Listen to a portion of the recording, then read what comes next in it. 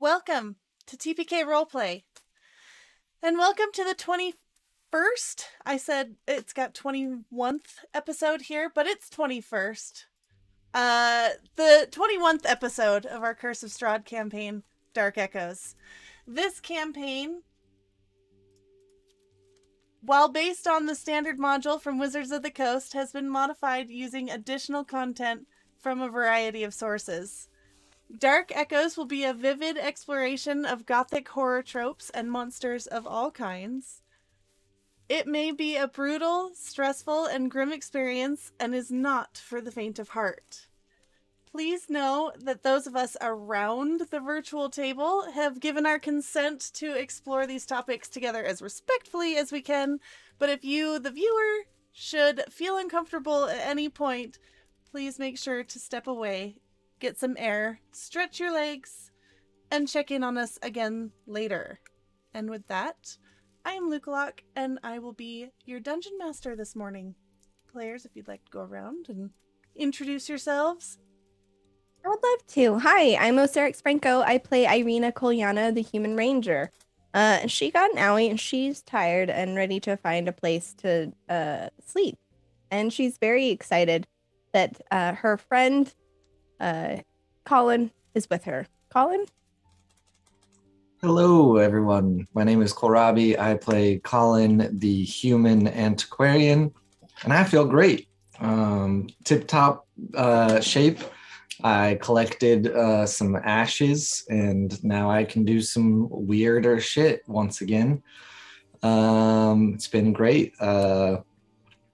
Last time, today, yesterday, whenever, was a bit of a blur, but that's for another time. Winchester is up next. Hi everyone, I'm Tyrant. I play Charles Winchester, the half-elf druid, and ow, I'm hurting so bad. Please help. And to illustrate that point, Tony. Yes, I am the apparently a dagger sheath. Hey, I'm Tony playing Toby, the lizard folk barbarian. Someone tried to use my hide for their collection of sharp objects. It's making me vomit everywhere, so we're gonna move over to Van Richten, the doctor. Hopefully he can staunch that.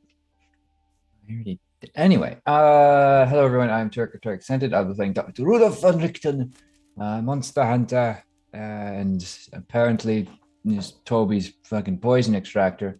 But he's feeling a little tapped out because between chat and his own powers helped keep the party alive and pulled more poison out of Toby than he likely initially had blood in his system, which is fun.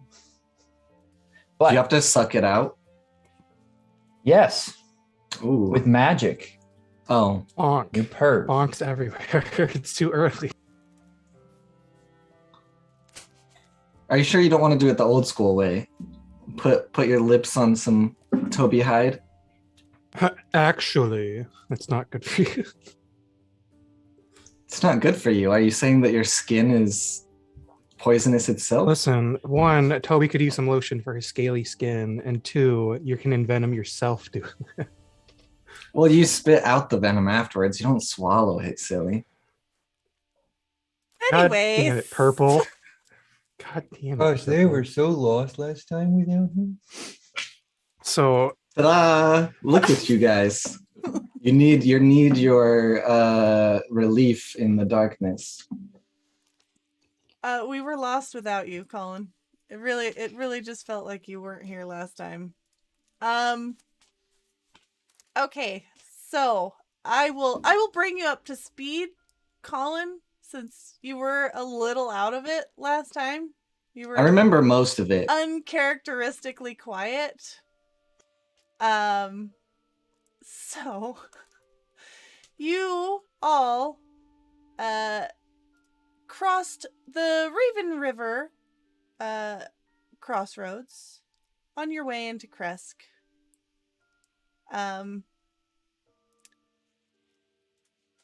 It This cold river flows out from the west, where it almost originates in the mists, heading south of Krezk and continuing off down towards the southern mountains. The landscape here is decidedly different. Deciduous trees give way more and more to evergreens. The grass crunches underneath your feet as ice crystallizes over everything. Your breath puffs in the air before you, mixing with the fog. Everything feels brittle and cold.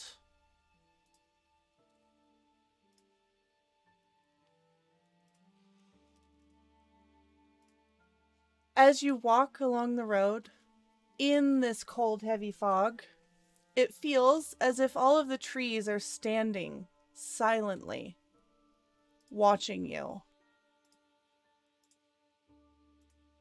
And as you continue to travel... Hold up now. you ain't telling me we're seeing that. That's just the fog playing shapes, right? Actually, is. it's a very rare Upon wolf tree. As you get the sense that the trees are almost watching you from the mist, you will get senses of shapes there. However, upon glancing again, it seems to have just been the mist swirling. A trick of the eye. Don't like that. It's not really Zerwolf. So, the road eventually branches north and climbs a rocky escarpment, ending at a gatehouse built into a 20-foot high wall of stone, reinforced with buttresses every 50 feet or so.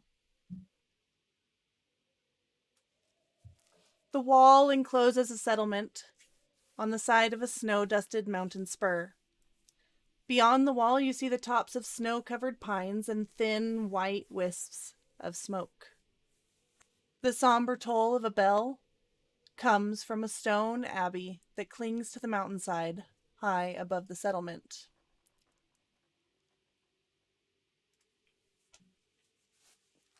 The steady chime is inviting, a welcome change from the deathly silence and oppressive fog to which you have grown accustomed. It's hard to tell at this distance,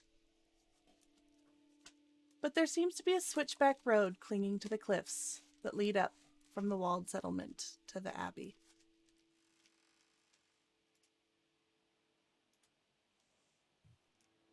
So at this point, are we coming out of like a forested trail area and just kind of into this clearing where we see this, or have we started to actually make our way up this switchback trail yet? No, the switchback trail is up on the side of the mountain, beyond the town gates.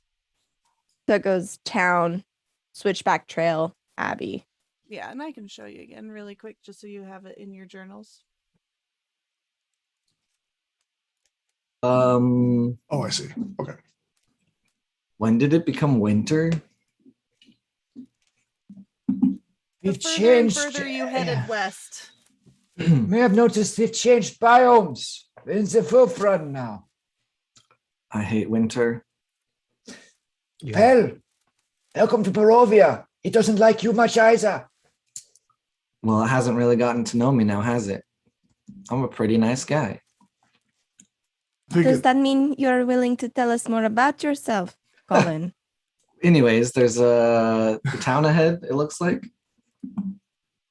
Yeah, I think at this point, Winchester, if he hasn't already, is coming out of his giant elk form, and he just kind of huddles down into his jacket and looking around. Does it not seem like we've almost come to a different place? I mean, is this still Barovia, or are we... I can't tell anymore. Sometimes it's hard. Tell me, do you still feel like death? Absolutely. Then we are still in Barovia. Toby, are you well? Do you need any assistance, friend? And Toby's moving like much slower than normal. And just like shaking. Yeah. I could use something warm. Yeah. Winchester will just come over and kind of throw his jacket around Toby's shoulders. Considering Winchester doesn't really feel the cold anymore, we'll actually give his jacket to Toby.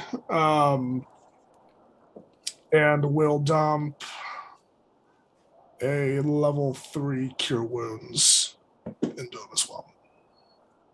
You know, we could always make my favorite kind of soup. And what is that, Colin? Oh, you just grab some snow and boil it. It's called hot water soup. It's pretty good. We should get inside and get Toby a safe place so he doesn't die of blood loss. Is anywhere inside a safe place around here, though? Have you been to Krezk? No. Let's go find out, yeah? Lead the way, Doctor. I fucking will. Okay, well, this map really wants to keep zooming down to the party for some reason. But yeah, I'll approach the gatehouse. See what I see as I go along. I think all the effects are making my laptop die. Rip. Okay. You approach the gatehouse. This walled settlement, and two square towers with peaked roofs flank a stone archway into which is set a pair of 12-foot tall, iron-bound wooden doors. Carved into the arch above the doors is the name Krezk. Atop the parapet, you see 4 figures wearing fur hats and clutching spears. They watch you nervously as you approach. Lighting conditions. Are they good enough at this moment that they could recognize and see that we are humanish, or do I have to light a lantern and hold out my face? It's very much that like cool dusk, so they can see you. Mhm. However, there is quite a bit of attention on Toby right now. So just shivering, lumbering. This place is so fucking racist. One door, giant battle cat. Good evening, friends. We seek entry to your city.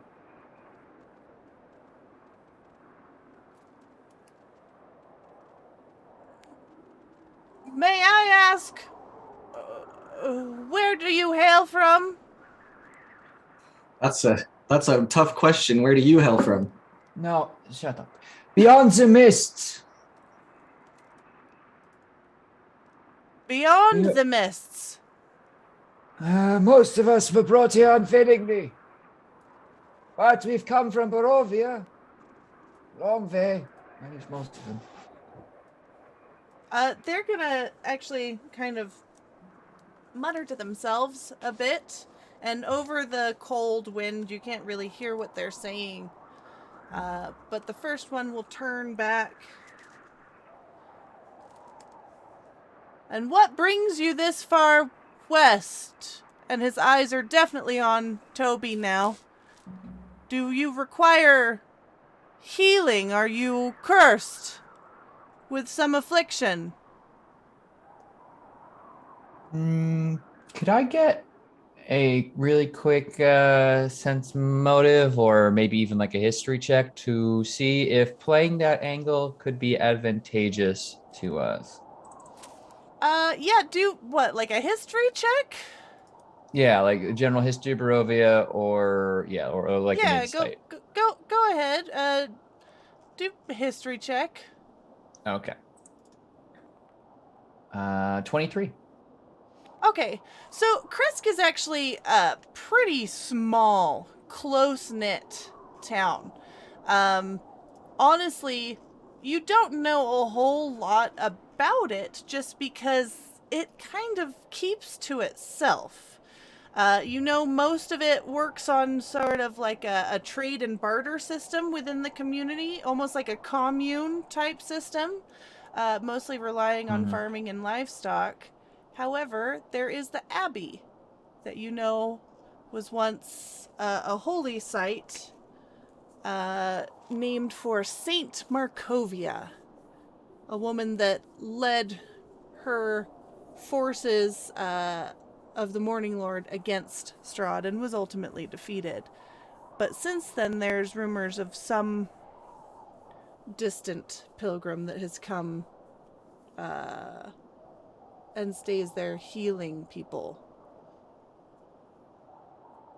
If the pilgrim would see to our friend, we would be very grateful, but we would not wish to impose upon your fine people. We simply seek food and rest and whatever aid we can muster. Is he dangerous? Only to his enemies.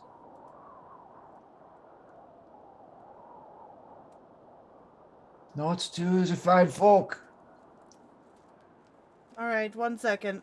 And he's actually going to kind of step back from the wall out of view.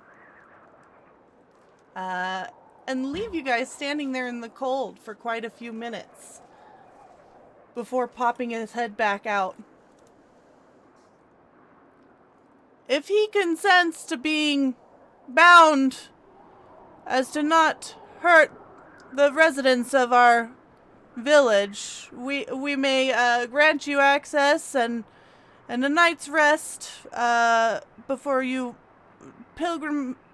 continue your pilgrimage up to the abbey. Irina's gonna step forward at that and call up to the guard and say, "Hello, my name is Irina Kolyana. I hail from the village of Barovia. My brother is the burgomaster there. This man is injured. He is no threat. You have my word of it. Please, I will take any responsibility, and if this man should hurt anyone in this town, any children, women, you can have my life. I will stand for his crimes." He's going to signal, and the gates are actually going to creak open, and a younger face of a guard is going to pop out. He's going to... do you have any identification? You're from the town of Barovia? Yes, that is correct. You've traveled far. I'm so sorry. Could we just see some verification? Yes. And you actually Irina, do have pedigree papers and everything. Yes, I do. She'd also include the letter that we have from my brother saying that we were headed to Vallaki, and say, "I am who I say that I am. I understand that you must be careful."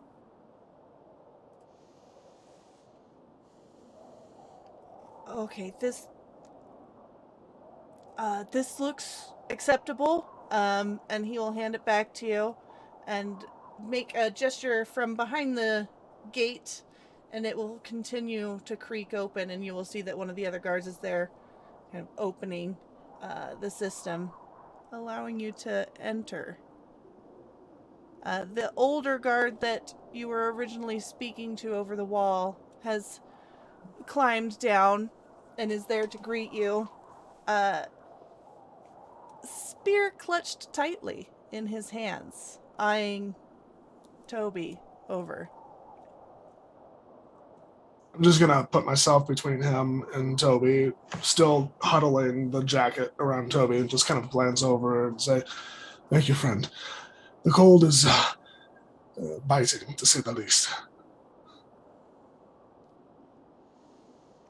It is rare that one of the cursed makes it out of the gates. I am surprised at that, but I understand you will be wanting to make your way up the side of the mountain, so if he is no harm to anyone and the madness has not fully taken him yet, you may stay the night. I believe the burgomaster will allow you one of his and he will kind of hesitate and look down at this, one of his spare rooms. Pardon And me. you get the sense that they are recently become spare. Pardon me. Could you answer a question for me? Yes. What do you mean, the cursed leaving the gates? Well, the abbot cares for many. I have not seen so many myself. Just a few of the cursed, but sometimes forms of animals can take them, and they become twisted. This abbot, does he claim to be able to heal such things? He cares for them. I do not know that he can heal them, but he does care for them. All right, thank you.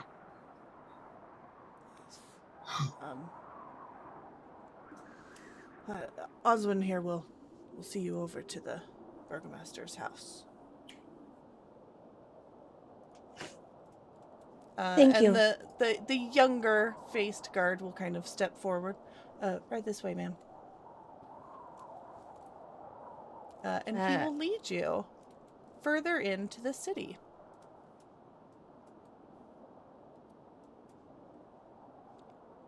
Lovely town you have here. Chilly reception. The mist. Hold on, just a second. Okay. All right. We don't have to talk. It's fine. We'll just walk in silence. Hold on. He will nod politely at you, and the DM will continue to describe the scene to you. He is going to lead you from the gates down kind of a winding road. There have been paths, like little swatches almost, cleared from the evergreen trees and snow, where clearly people are tilling the earth. You can see the occasional like livestock pens. Though they are empty now, it is possible that they were brought somewhere indoors, like a barn or something, from the cold. But it's nothing more than a scattering of humble wooden cottages along these dirt roads that stretch between these stands of snow-dusted pine trees. And let me find something really quick. While you're finding things, do these banners have a specific symbol on them? Yeah. Oh. They do. They all have the Morning Lord symbol on them, which is a symbol of the sun. Irina, I don't know shit about shit here. Is that a good symbol? Can I like identify it and make sure I understand like the full meaning of it? I mean, I feel like most people know of the Morning Lord. Isn't like the church in Barovia to the Morning Lord? Yeah. Like it's I probably the most common god in all of, even here in Barovia it is known. Though, I mean, I would say that most people have given up hope that the Morning Lord's paying attention to them. Yeah, Irina would respond, there is very little to cling to here in Barovia. The Morning Lord brings peace and comfort to many. It is the closest thing to a kind God, I think, that we have here. The church where I was meant to be safe was, after all, a church to the Morning Lord. That's what I thought. I was just making sure you still knew everything you knew. So thanks for confirming that. Kind to God in Barovia. It just, thank you for the laugh. I mean, acting as if a god listens to you anywhere is kind of a silly thought, but people need their things to look forward to, I guess. Oswin will lead you to a big stone building that's probably the closest to the outer gate and seems to be the largest building in the town. However, it is still very much a modest dwelling. And lights glow faintly from its little porch. And he will knock on the door. Shortly after knocking, a voice will answer from within. And I'm going to pull it up for you any second here.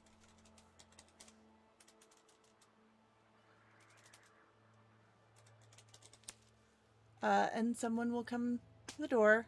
A tall man with a warm smile. There is a shadow cast to his face. He looks very much like many citizens of Barovia, where there has clearly been recent hardship in his life. Not just general hardship, but fresh. But he will greet you warmly. A little bit of a lingering eye and a side glance to the guard. A little of exchange of like a nod upon seeing Toby. But other than that, he will act the perfect host and greet you warmly. Travelers, I was sent word that you are very far from the east. I don't think Krezk has seen someone from the town of Barovia in probably over 100 years. Please, welcome. Come in. Irina will bow. Thank you for allowing us into your home. Might we have some place for my friend here to rest? He is very badly injured. Yes, of course. I am so sorry. Dmitri Krezkov. I am the burgomaster of this village.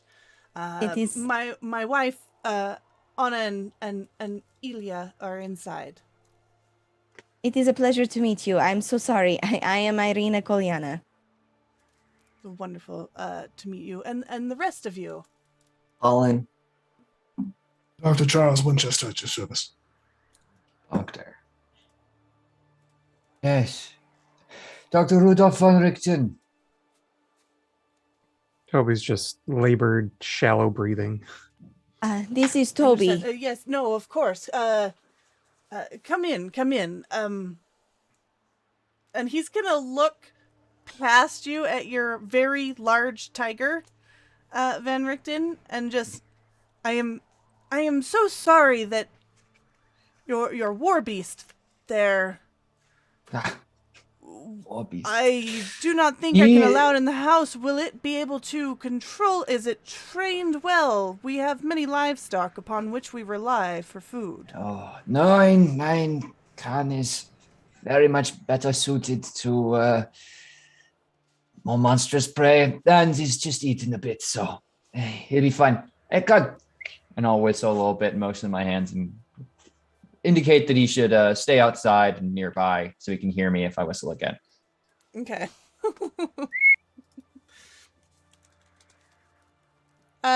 Okay. You guys can enter the house. It is warm and inviting. And once in, Dmitri will introduce you to his wife, Anna, who will look at you with a beautiful, warm, welcoming smile.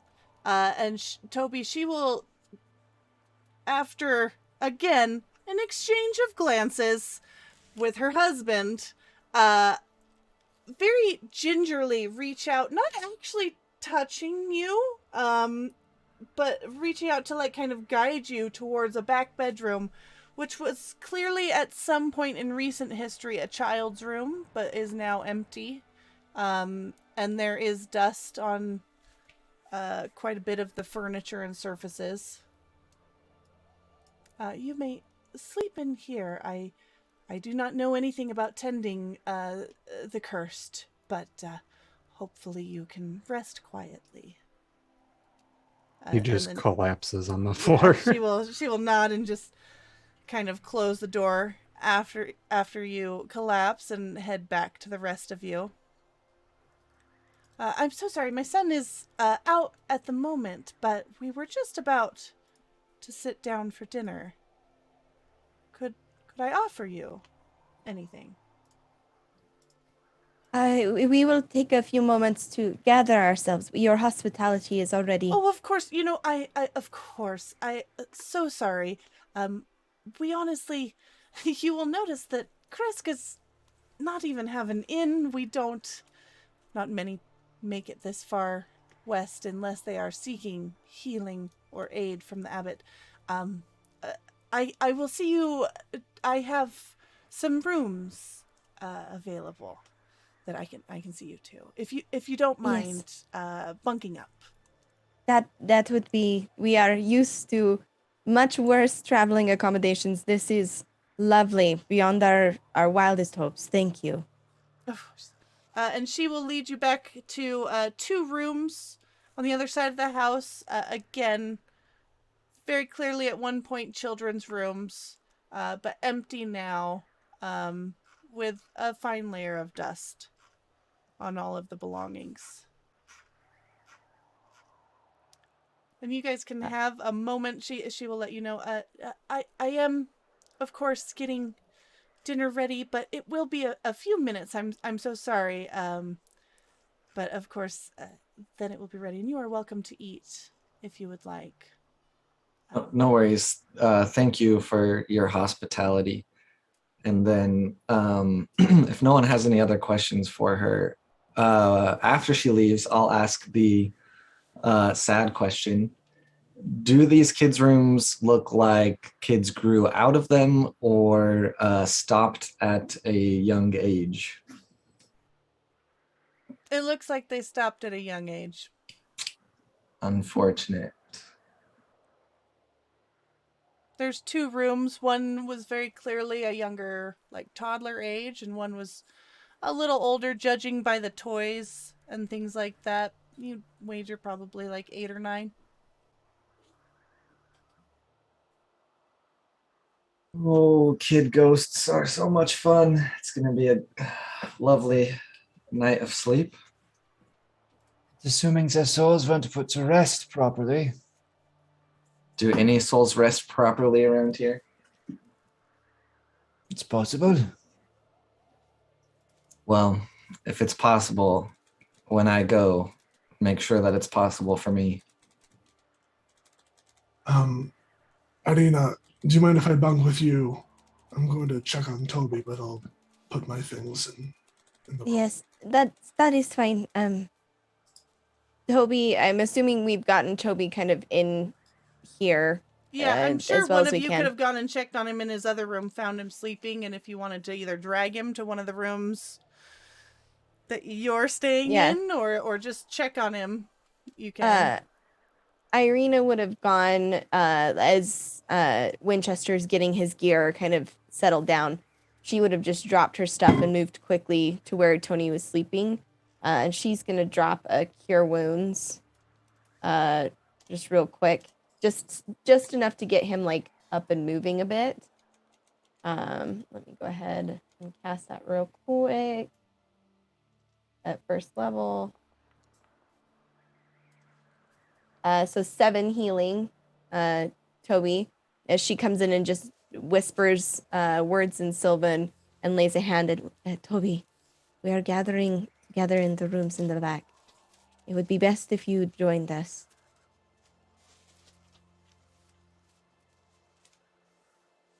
Are you there, Toby? Oh no, he's still passed the fuck out. Toby. She's going to kind of just look around a little bit and then look at Toby and sigh and then go back to the group, noticing like Winchester getting ready. I have applied some healing. It seems for now he just needs to rest. He's unresponsive. I will, thank you. I will see to him here in a moment. I'll meet you all in the dining room soon. Do we have a plan for how we're going to handle all this? We should try and understand this place, Krezk, before we make any changes. It is easy for legend and lore to be twisted. I'm afraid if we head for the Abbey to find what we are here for, that there might be unintended consequences. Good. So we're all agreed. I'm going to, as they're getting ready and filtering into the dining room area, I'm going to go into the room that Toby's in. Finding him passed out on the floor, and having this happen in the past and knowing, the best way to pick Toby up and put him in a better area. I assume Winchester's had to do this before. Winchester just picks him up kind of over the shoulder, struggling, obviously, but just kind of fireman's drags him over to the bed and takes his time to get him into a comfortable position. And Toby, I understand you're asleep now, but I will be back later. I will bring you some food. Hopefully that will wake you up a little bit, but rest well, friend. I'm sorry that we couldn't protect you more during the fight. All right. Winchester will go and join the rest of the party.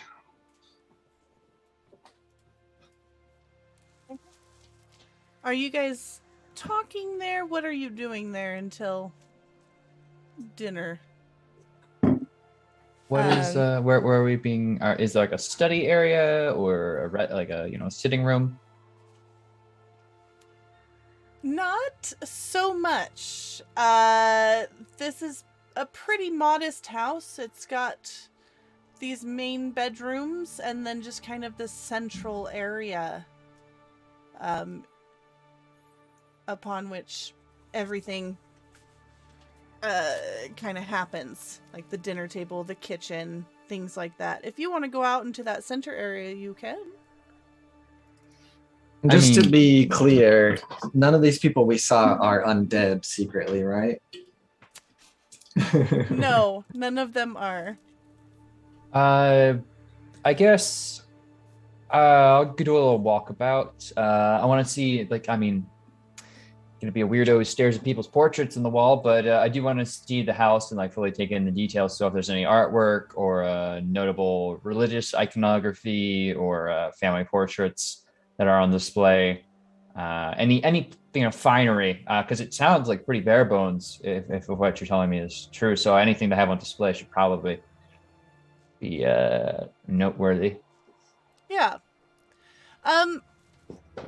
Okay, so yeah, if you go ahead and walk around, kind of noting the house, Anna is clearly making some sort of borscht for dinner. You will see that there is a family portrait. It seems that at one point there were 4 children in the home. although you only heard them refer to one.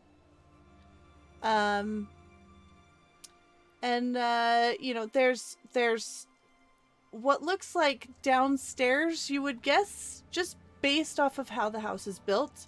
Traditionally, it was probably meant for a wine cellar, but you can, judging by the smells and sounds, it looks like they have brought in the pigs and chickens from the cold outside, and they are now using the wine cellar for their kind of nighttime pen. Behind the cottage is a small graveyard, and if you were to step outside and poke around, it's just deceased members of the Krezk family.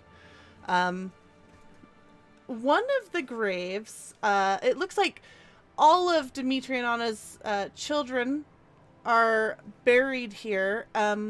However, one of the graves that looks relatively recent seems like it was disturbed and is no longer in use. It is an empty grave dug into the earth, slowly filling with snow. And there is no gravestone. No, so the gravestone's gone, and it's just a hole in the ground that someone clearly crawled out of. Mm-hmm. Or someone dug someone out of. Mm-hmm. But this is going to be entirely too specific of a question, but I've written a book on the on various forms of undeath. Does this look like a kind of hole that would be dug from a body forcing its way out of the earth, a la a zombie, or is this like someone dug their way down with clean shovel marks? Looks like there's shovel marks. Okay, interesting. Dug out with shovel. Well, after giving the house a look about and head into the back and see if that borscht is ready. Smells like my younger years in here. Oh yes, and if you were to peek into the pot, you will see that it has roasted cabbage, potatoes, carrots, and appears to be served with some sort of roasted goat. With whole boiled eggs, kind of sliced over top.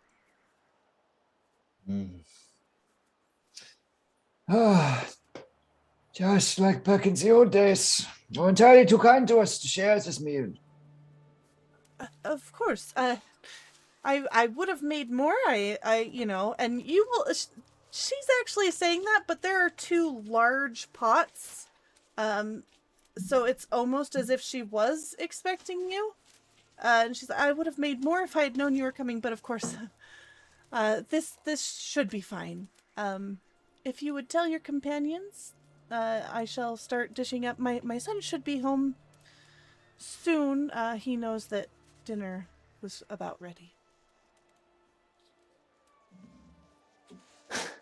Yeah, my only question before I join is the everything here seems as friendly and wholesome as it is on the surface, right? Like I'm not picking up any weirdness that I should be weary of.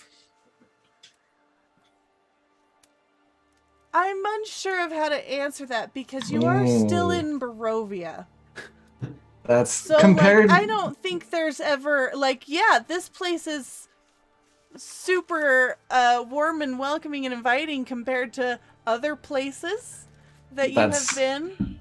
I mean, of the meals that we've sat down at, I feel like this one on the surface is probably the most friendly because if you think about it, we've had dinner with Lady Wachter. Well, so far I would say Strahd. The Vistani and Arabelle and her family has been the most. True. And this is definitely a different vibe from them.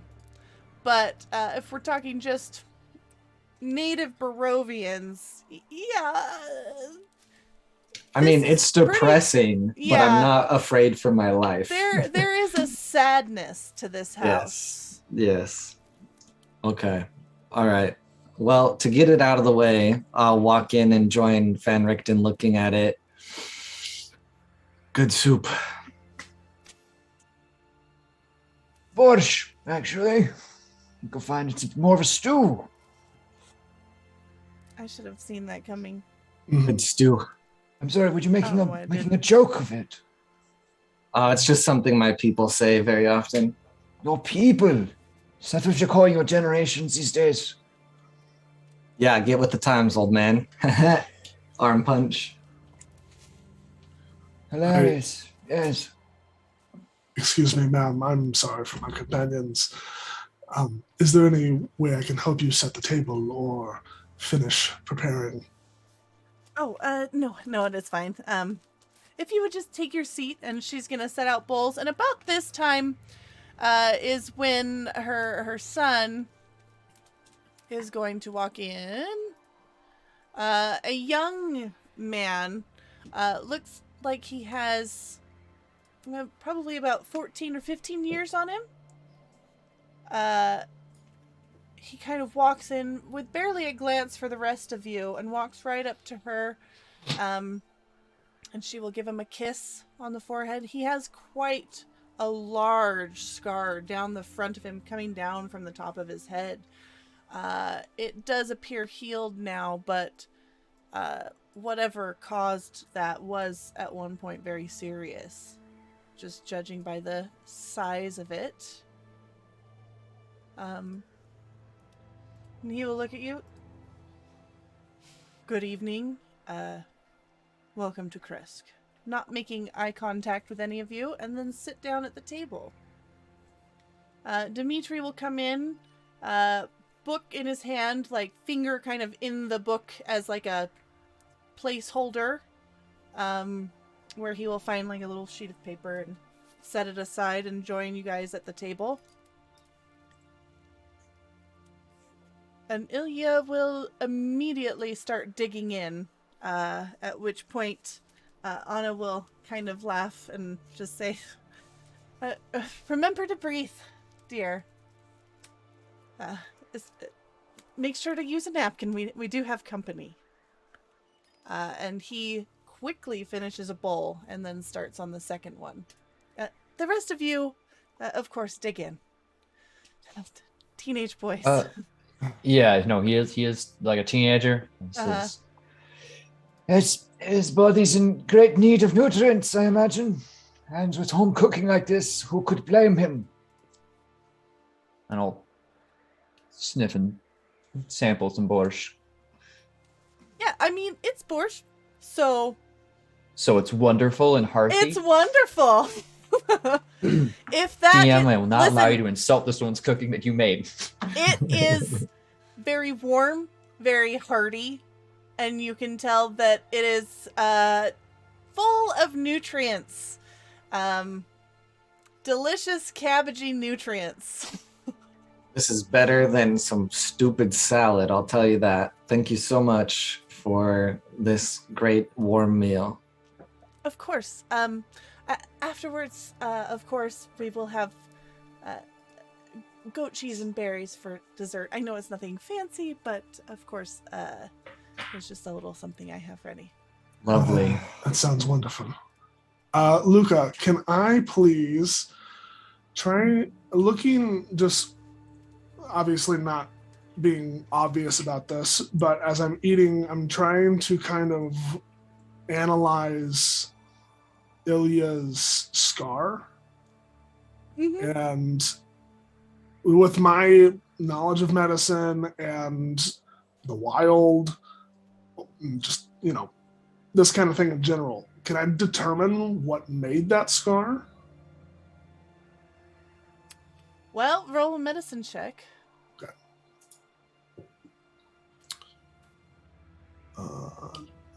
Okay.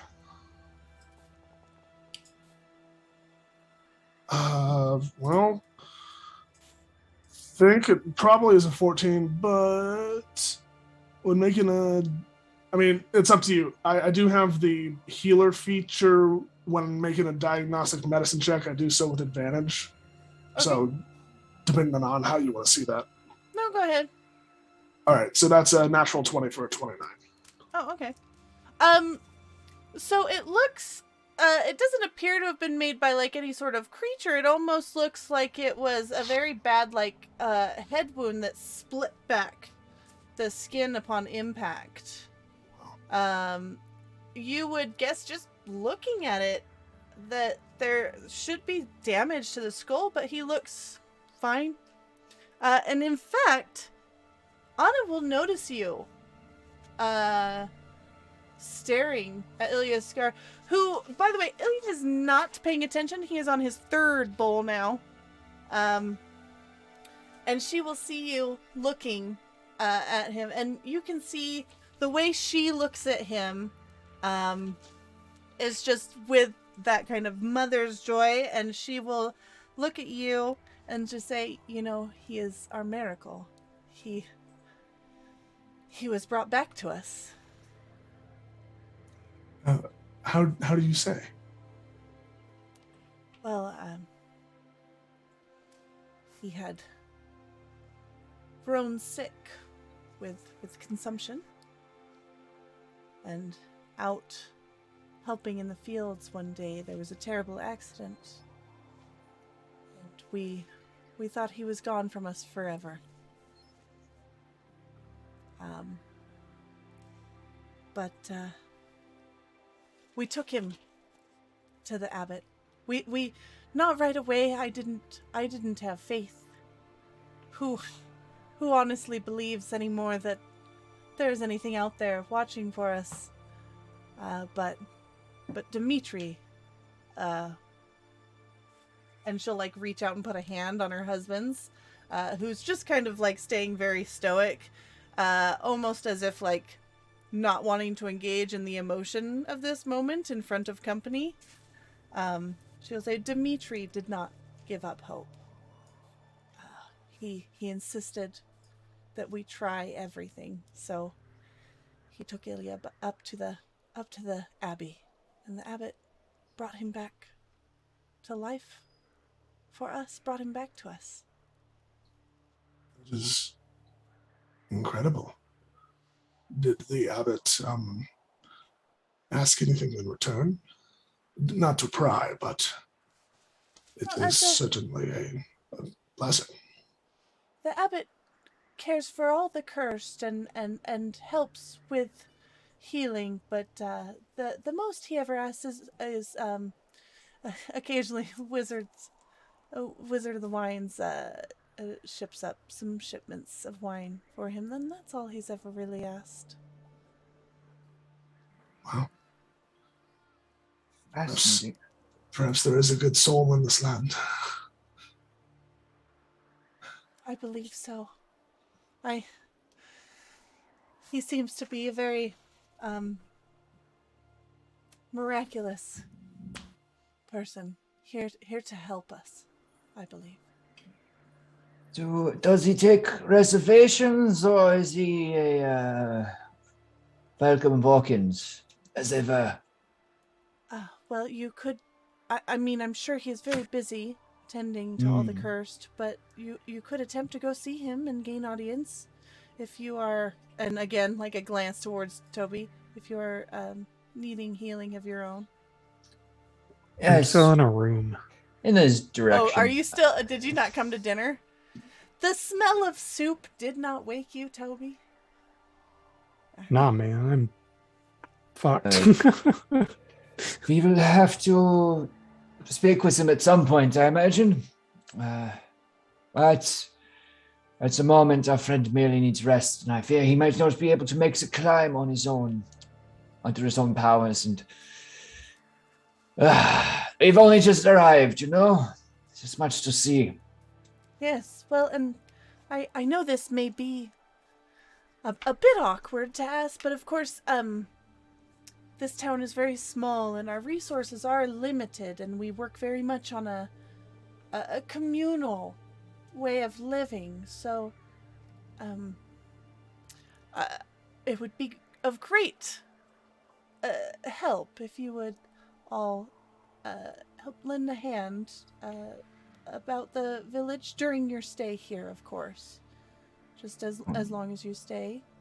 Yes. I'm sure there are many people that would love to have an extra helping hand, especially as winter begins to set in.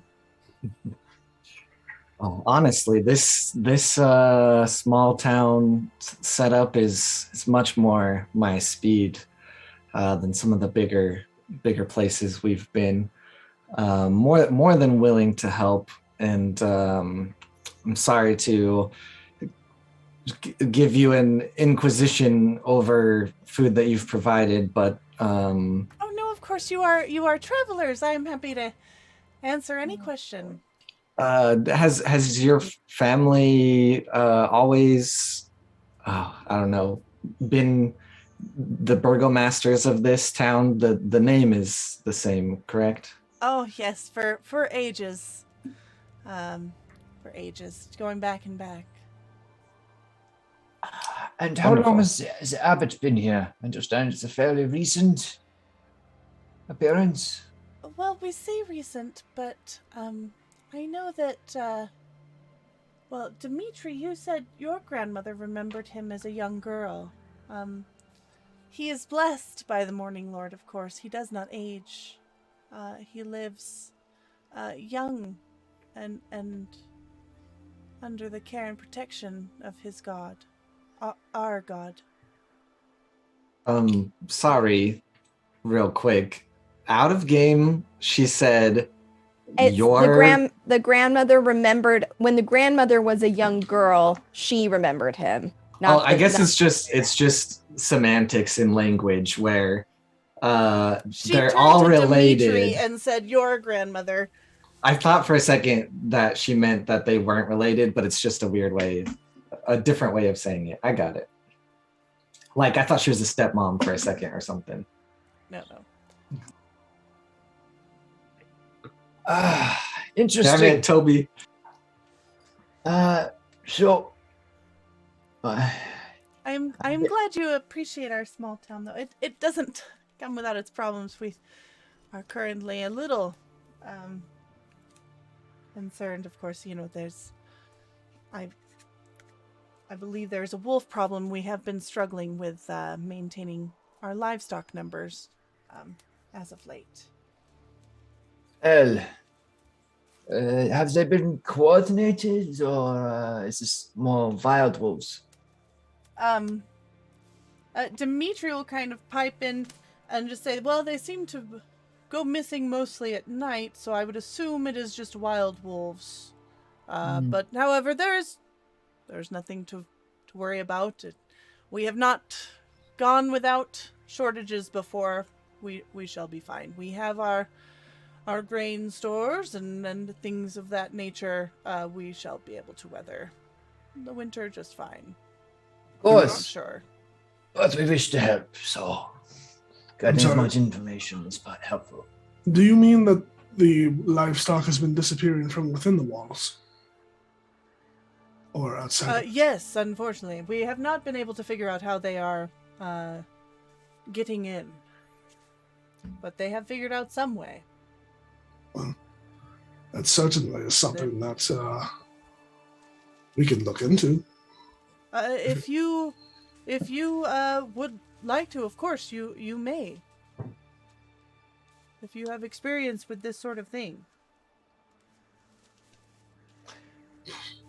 I mean, somewhat. I might have picked up investigation of missing cattle at some point or another. I don't know.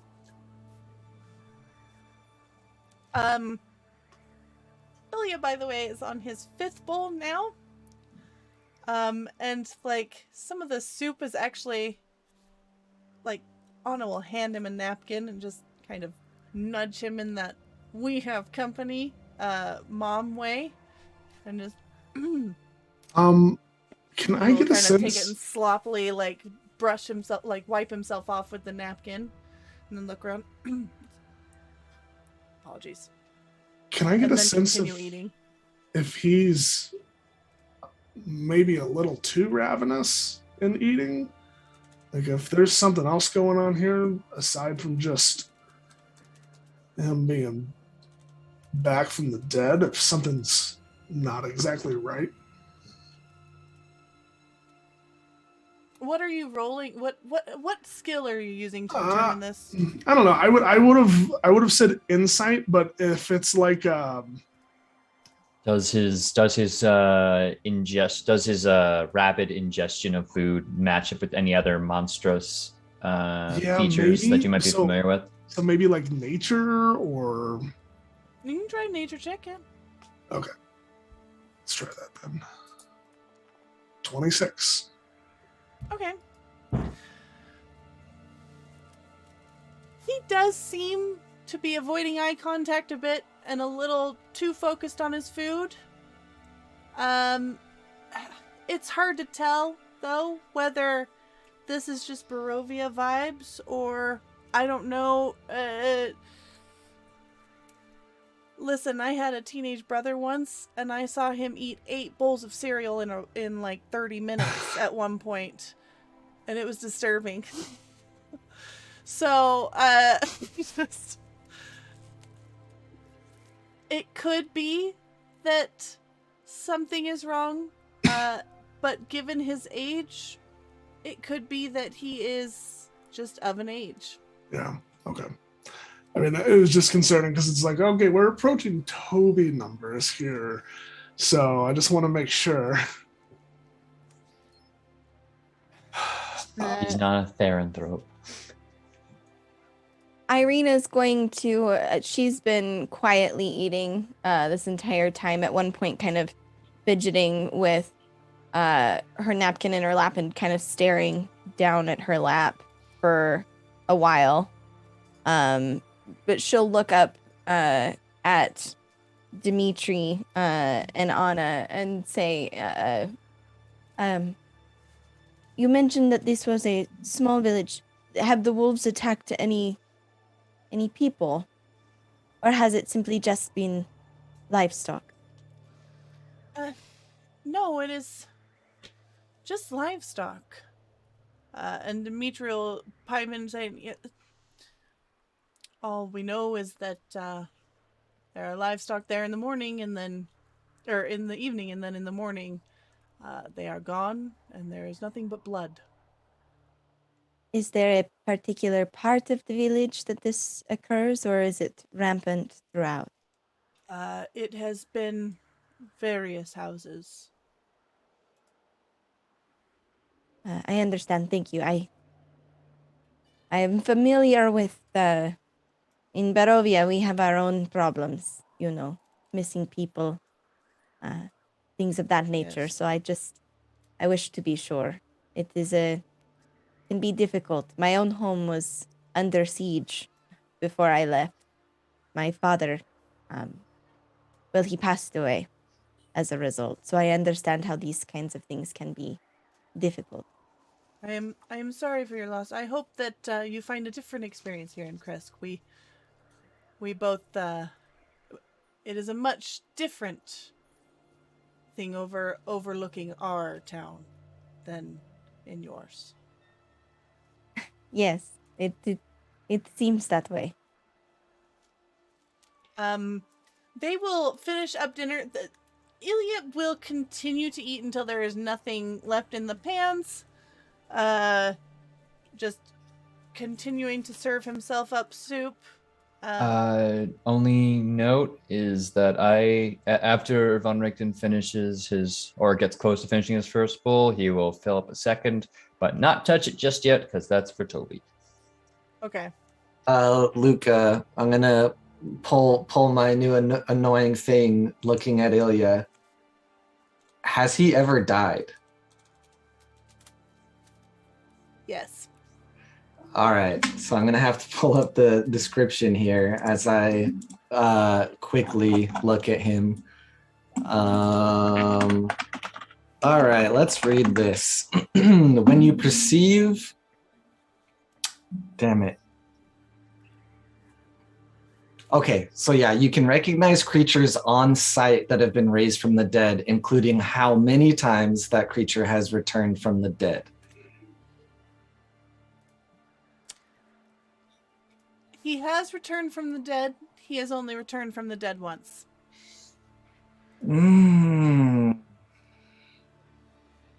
to be fair, that's in line with the mom's story, though. Mhm. I know, but most of the time when people like say that, the person didn't actually fully die. Like he A could head be wound considered and- undead. A head wound and consumption. I think he was gone. Yeah. But we're at a dinner table in a town. I'm not going to do too much else for now, so I'm just gonna keep eating. Yeah, there is a difference between undead and a revived person. Two different Yeah. spells. Yeah. Upon finishing food, Ilya will actually stand up and excuse himself very politely, and then go to his room for the evening. And Anna will start cleaning up after dinner, and Dimitri will nod to you all. If you would like, I believe Anna is going to have goat cheese and berries for dessert in a little while. However, I am going to try and finish reading my book. You are welcome to hang out by the fire in the common room with me, or if you are tired from your journey, of course, you may rest. Rest would be appreciated. We met some unwelcome company on the road, and I'm afraid that it has taken its toll. If you don't mind me asking, it has been quite a while since I've read a book. What are you reading, friend? And is it good? It is just a story, really. And while the DM searches her notes for the book title, he is going to fumble with the book and pull it out. Hold on just a sec.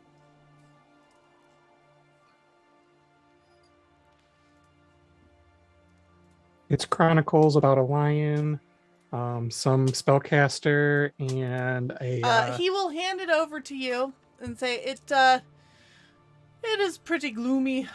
However, there is not much available out here in terms of reading material. I, can only read the fairy tales so many times. But it is called Valley of Blood by Dargos Constanti. Well, that does sound a bit gloomy. Thank And you. if you read over this, it talks about the first settlers to the Valley of Barovia. Irina will sitting next to Winchester, take it and be kind of whispering There this we go. to Winchester. Irina, you are welcome to read this aloud if you would like to Winchester, or just summarize it if you would like. Yeah. Winchester, she'll just nod at Dimitri, kind of, if we're doing knowing looks, knowingly looking at Winchester's mask. Winchester, it documents the first settlers here in Barovia, from the kingdom of Delmore. It talks about how the valley was civilized, other nations taking notice, how it was invaded by the Holy Empire of Valentia, Lord Arganvos. The spread of his glory and the attraction of his followers to establish the Order of the Silver Dragon. They pledged to be champions of good and were tasked with securing and protecting the lands of the valley, bringing safety and security to the new settlers. The kingdom of Delmore in particular despised the Order of the Silver Dragon. They were displaced by their conquest and began raiding settlements. Prince Strahd, King Barov's firstborn, pledged to retake the valley in the name of his father. Let's see. It goes on. There was a war between Strahd and the Order of the Silver Dragons.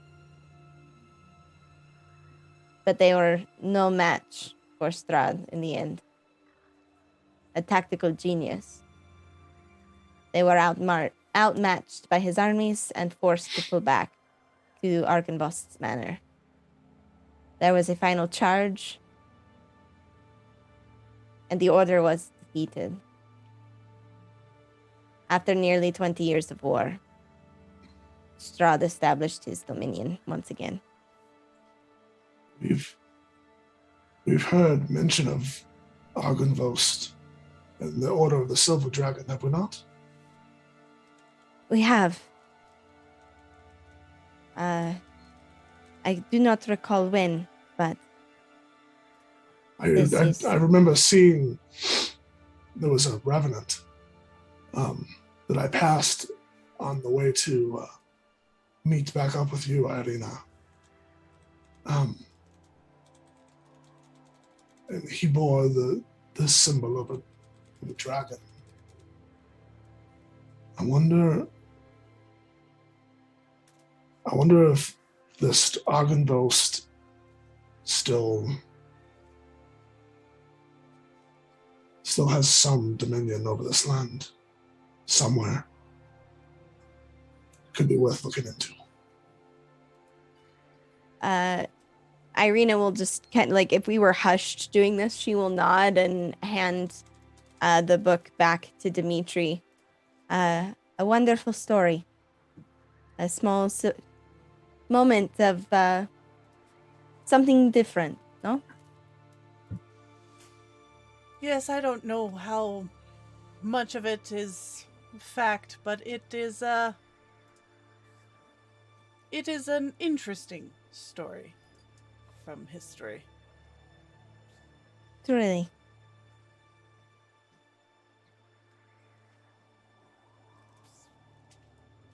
And he will just kind of nod to you both and then sit down at his chair and continue reading. As a note, I've gone upstairs and gotten a stool and put the borscht and a spoon there for Toby next to his pass out couch. So you left a plate of food by his door? Yes, for when I'll put it in the room. I have access to his room, so. Okay. Oh, he'll probably leave it outside the door to go cold and alone. Excuse me. No, I brought it into the room. Turk, you're ruining the joke. Well, I'm sorry. I mean, he Explain did say it I to have me. a casting couch, so there's that. On that note, Yeah, so now that you guys are retiring to your rooms after dinner, I am actually going to take us to a break. So we will take 5 and be back shortly. And we're back. You all go to bed, go to sleep. You sleep comfortably. Is there anything that you guys are doing at night? Yeah, I just wanted to do a few things before we took an actual rest. Okay. First being, I want to go into Toby's room and see if he's eaten at all. I'm assuming he probably hasn't. So I'll sit down on the side of the bed, Toby, and just because we're about to go to bed, I'll just heal him a little bit more. Do a 4th level cure wounds so that maybe he can wake up a little bit. So 21 healing for you, Toby. And I'll just kind of shake his arm to see if he'll wake up. So he's still like cold with the touch. It wasn't so much hurt that he was not waking up. He's just hypothermic. Yeah.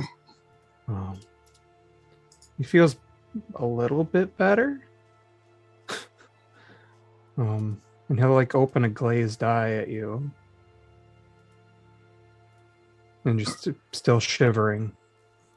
Winchester will just kind of rub his arm, try to get some warmth back into him. But Toby, we have food for you here. I'm going to let you sleep. I just, I plan to do something a little dangerous tonight, and I don't know how it's going to work out. And I just want to let you know I'm glad that you're my friend.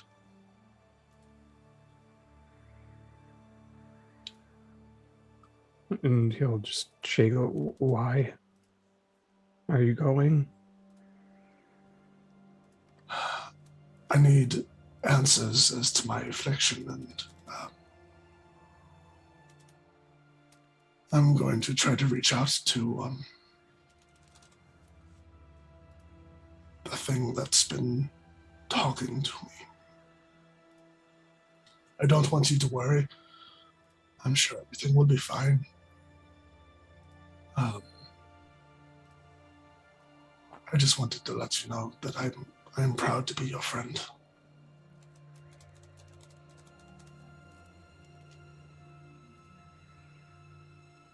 Please don't go. I'm not going anywhere, Toby. I'm always here with you.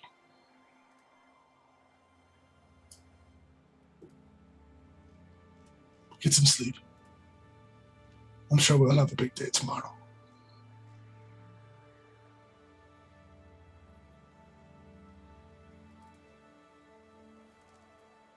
Good night, friend.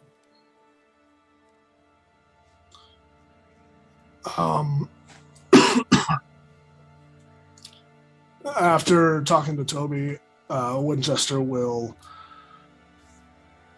leave Toby's room and just kind of breathe a big sigh before entering the room that he's sharing with Irina. I don't know, is Irina asleep at this point? No, I think before she would, I'm gonna kind of like insert a little bit before that, Irina like leaving the dining hall, as like we return to our rooms, she would just turn to Rickton and Colin. I am certain that whatever magics brought that boy back, according to Anna's story, he is truly back. Not unchanged, but he is not like the creatures that are moving but still dead. And she's going to pull out the angelic feather and kind of twiddle it between her fingers. I was a bit concerned by the story. I felt the need to check myself. It's fair concern. Yeah. So it's good. Vibes through clerical means rather than necromantic.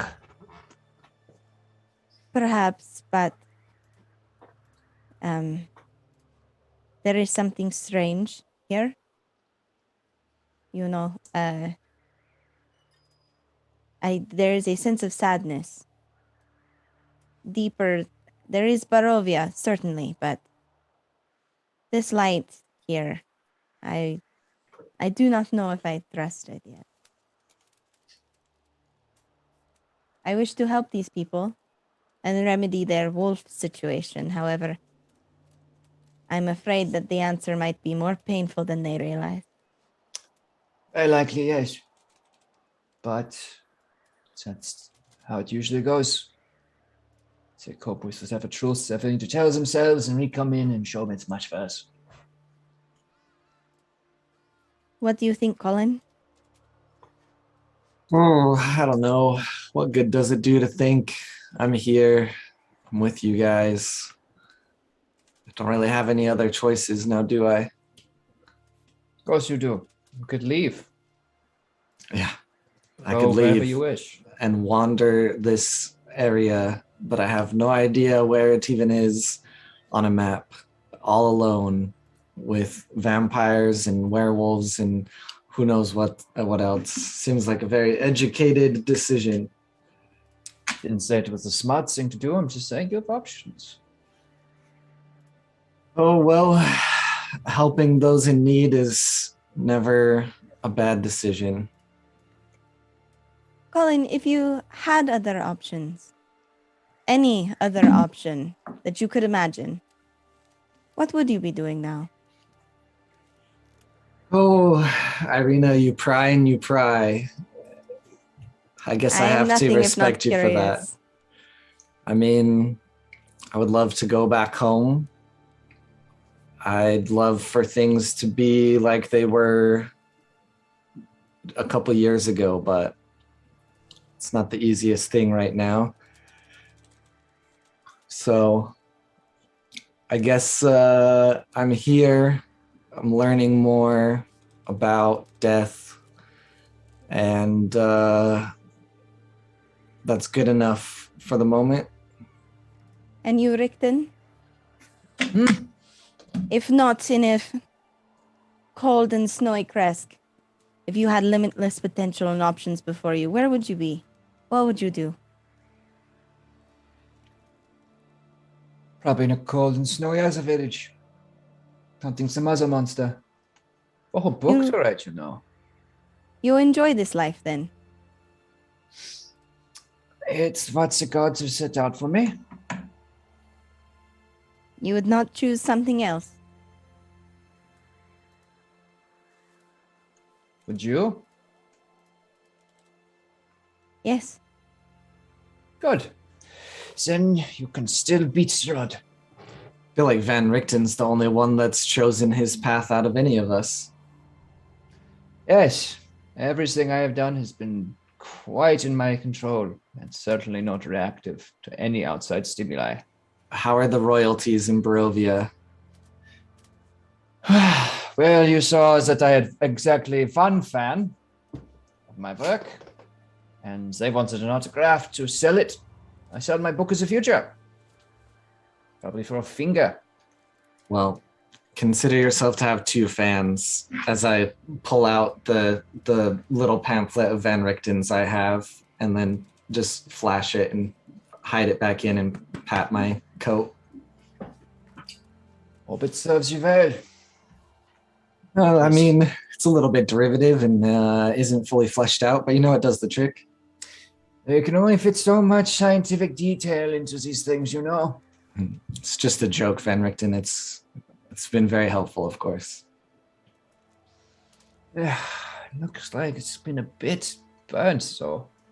I got it that way. I would never disrespect such, No, 99999. We'll have to get you a better copy. If I ever can get out of here, contact my publisher to set you up. Looking forward to the sequel. Yes. So going. Gentlemen, I believe I shall be turning in then. I hope that one day these options become possible for the both of you. And you as well. Seeing as you're probably the most limited of all of us. Perhaps. Good night. Good night. She's not quite ready to dig into that bit of her truth yet, is she? I don't understand if you're talking to me or yourself. Sometimes it's hard to tell. I just stick it to the room. It's a professorial kind of thing. But you could feel free to answer if you want. We can actually have a conversation, you know? Oh, on that note, I'm feeling very tired. So, good night. That sounds about right. Well, first worth a shot. And I'll just go back and write some more details in my for my guide. At that point, Winchester, Irina would be in the room getting ready for the evening. Winchester will open the door and then kind of look around, making sure that Colin and Van Richten are in their rooms, and then just kind of slowly walk in and close the door gently and walk over to the cot or bed that has been provided for him and sit down and just kind of stare at the floor for a second.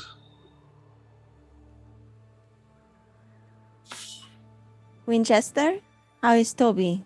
Has he finally decided to wake up? I got a few words out of him, but he is still quite out of it. We shall have to do something about this cold. It is clear that it affects him rather deeply. Yes, I've given him my coat for now. That is kind. It is admittedly probably a little too small, but hopefully it helps. Irina, can I talk to you for a moment? Of course. What do you wish to discuss? Hopes and dreams? I've had that conversation with Colin and Richten earlier. I am afraid it's more along the lines of worries and nightmares, Irina. Oh. Truly you are settling into the atmosphere of Barovia. She will sit down on the edge of her bed and kind of lean forward. What is this nightmare?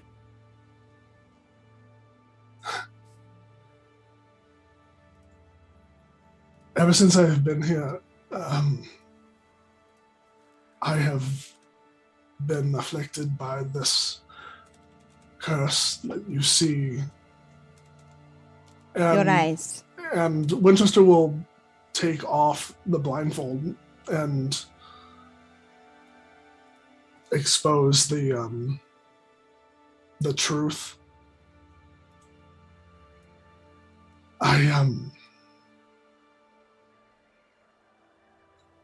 I'm hurting. I don't know what to do with myself, and I don't know how I can be of significant assistance to the rest of you, and I feel it is time to face the demons that have been haunting me since the beginning.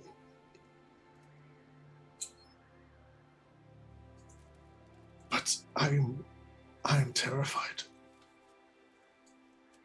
What is your intention?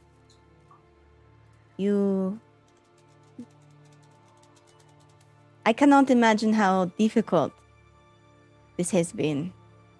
I am so sorry you are in pain.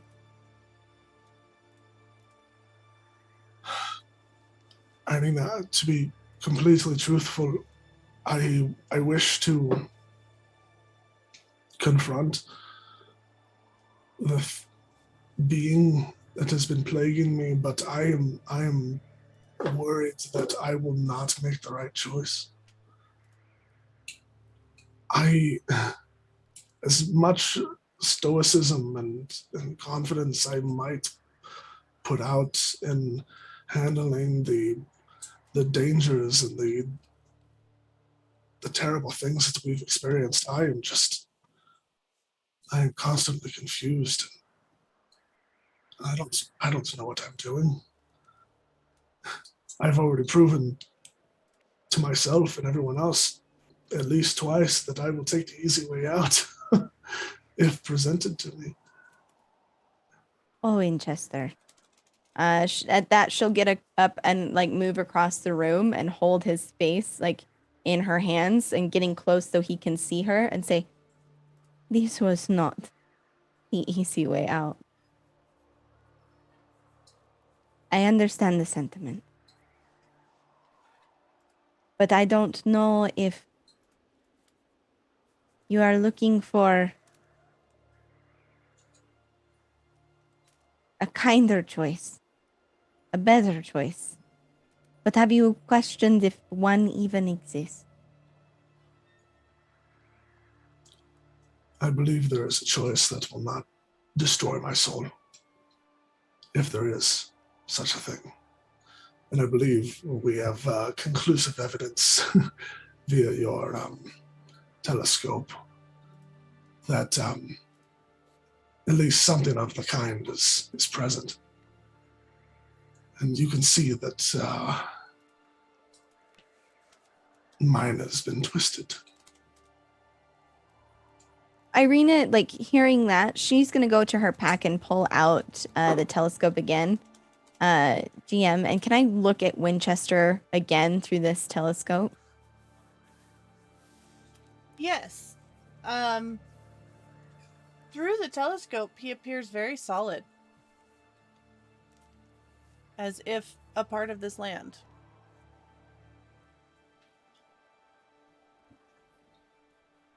It seems Barovia welcomes you.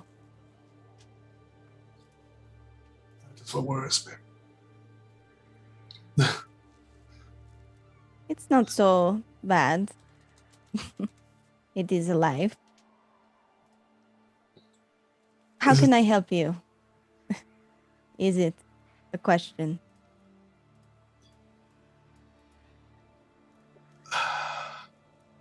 Irina, I don't know if help is possible, but I was hoping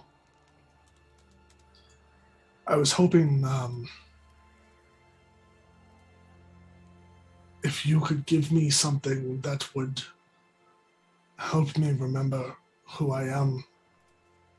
You've been a stalwart ally and a kind friend, especially recently, and you've made sure that I stay true. And if I can take a piece of that warmth and have it help me remind myself what I am setting out to do in communicating with this being, I think it would help.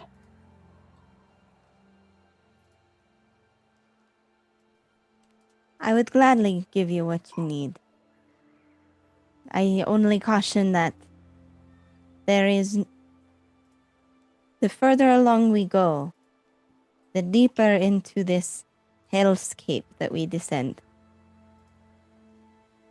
That's the right choice, the best choice, a good choice even, is like the sun. It does not exist here. But I will give you what you need, and I will be by your side and help, however I can.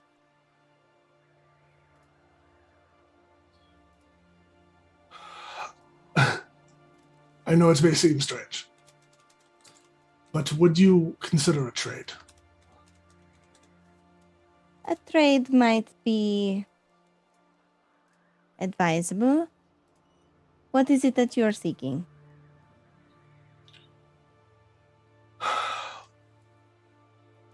I find that in dreams, sometimes it can be good to have a object to focus on, to let you know that things are real or not. I would ask, and I know how this may seem, would you give me a lock of your hair? Ah, yes.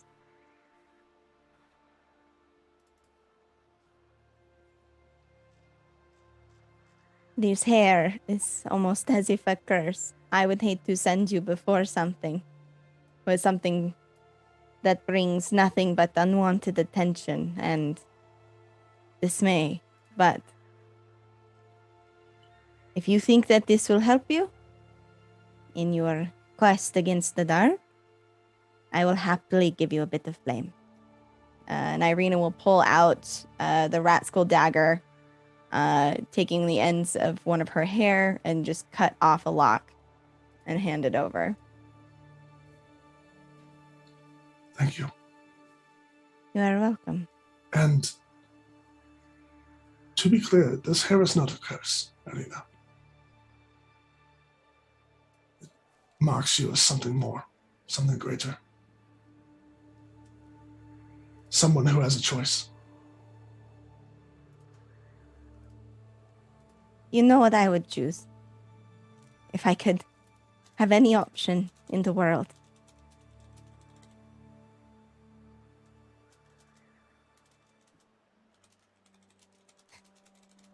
I would ride an elephant.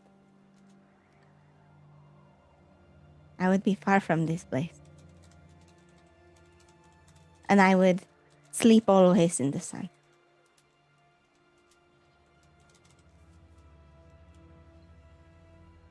That does sound nice, doesn't it? Apologies, a trade. It starts rifling through his bag, stops for a moment.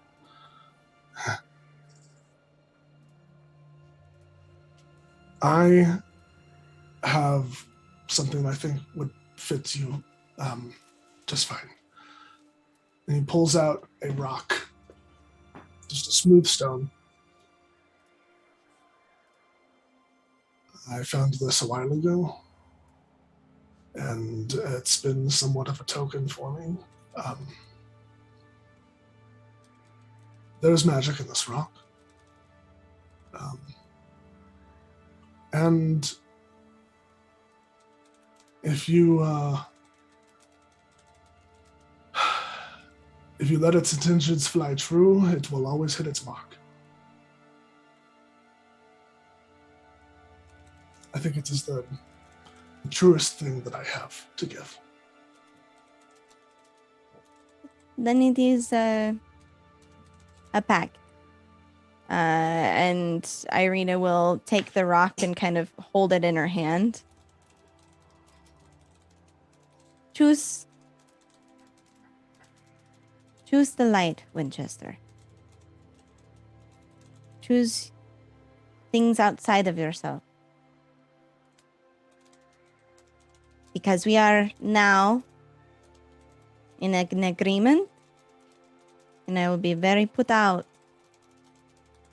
if you should be undone by such triflings as dark dealings by ancient beings. Here's to being our truest selves. Thank you, Irina. You're welcome, Winchester.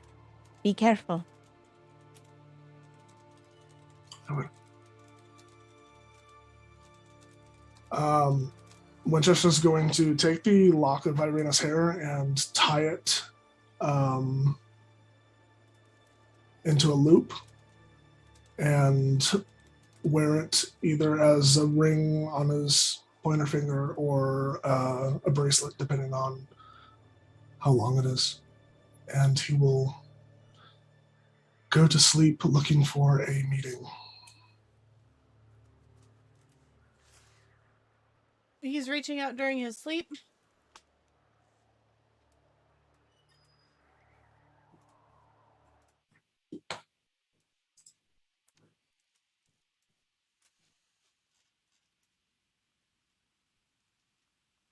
I think the answer is yes to that question, Yes. GM. Yeah, he nodded. I'm changing the. Okay.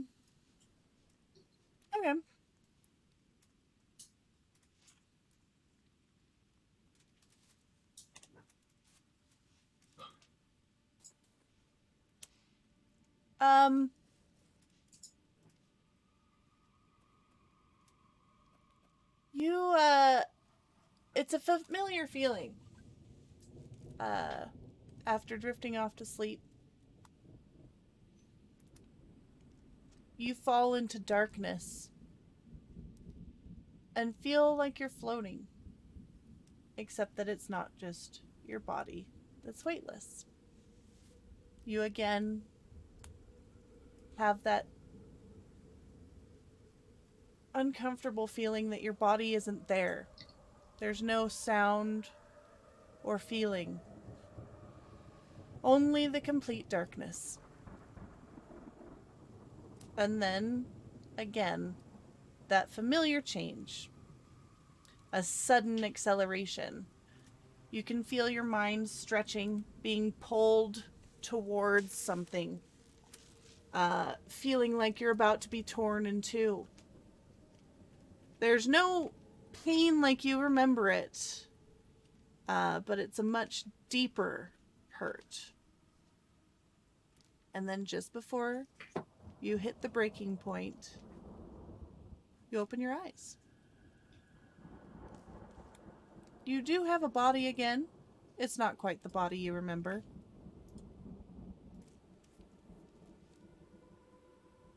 Again, you find yourself lying prone.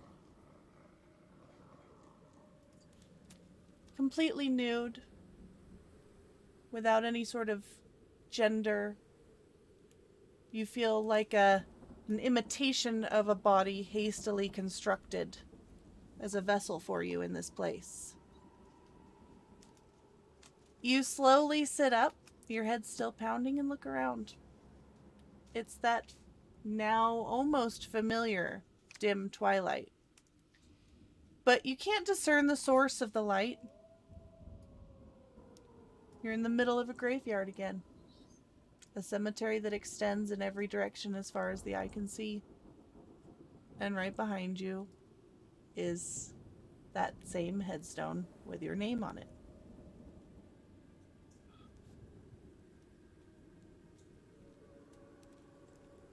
The now expected voice whispers from behind you. And how may I help you? This time, Winchester.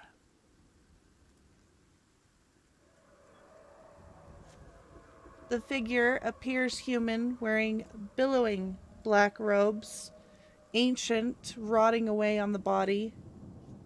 However, you have seen this creature a few times now, and as you stare over the hooded figure, you can see flashes, almost, of their true form.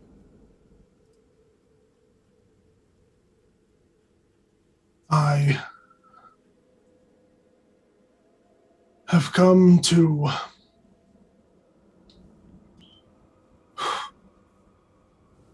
I wish to be out of this deal.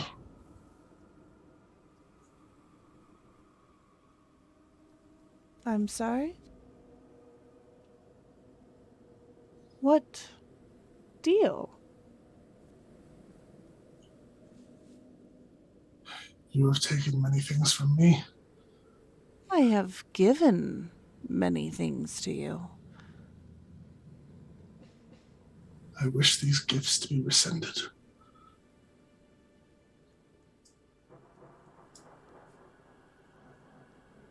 Once a gift is given, it cannot be taken back. It is yours now. To do with as you please. No. There has to be a way.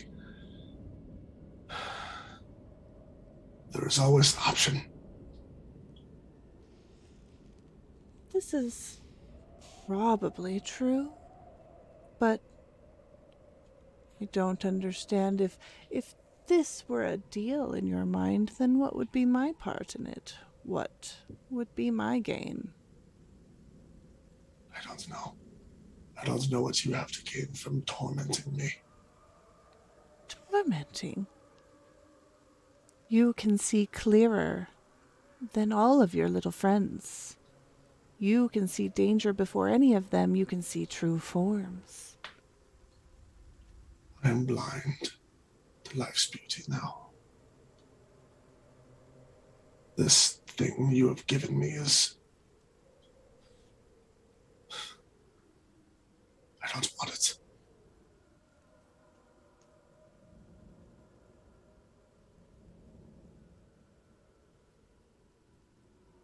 There is only one way for me to reclaim my gifts. Is that what you are asking?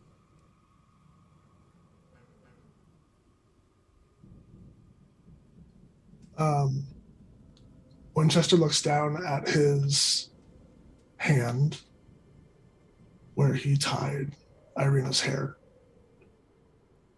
Can he see it? It is not there. A memory of it is, but nothing that your eyes can see.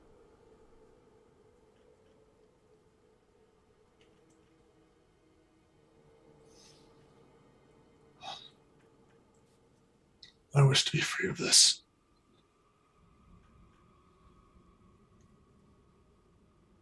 Please.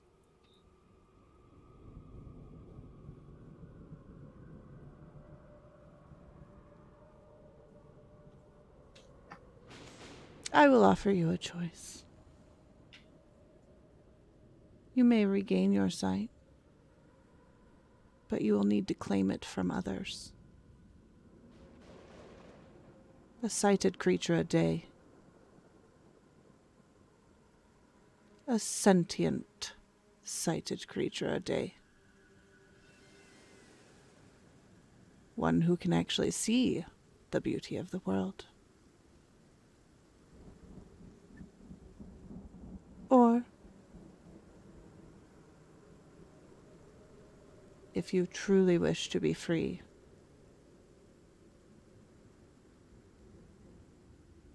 the gifts will claim you. Should any point you change your mind as the gifts begin to take away your essence, you have only to reach out and claim that sight to reverse the effects.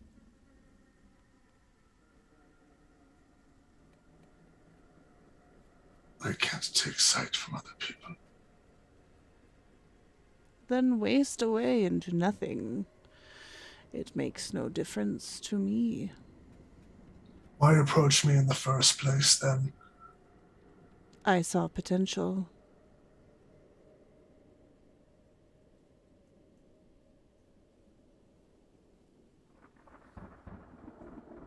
I'm not going to be your puppet. It's unfortunate, but cost me nothing but a little bit of time. And you, it costs everything.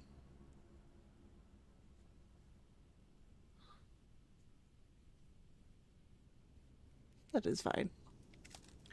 If you do not appreciate the gifts anymore, they will claim you. You may give in to them. But I will give you further chance to change your mind. All you have to do is act.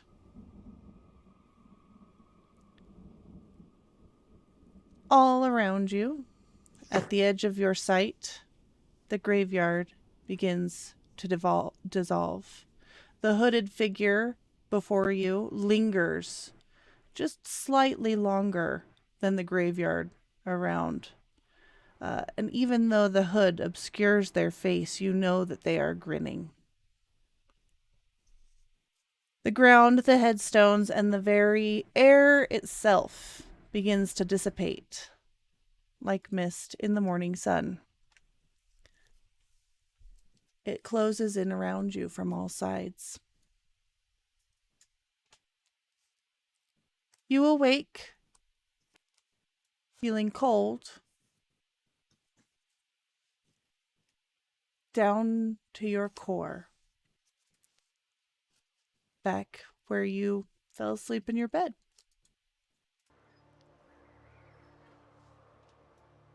I'm going to need you to take another point down on your constitution.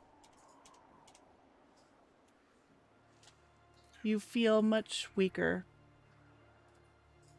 And you know deep in your gut that the weakness will continue.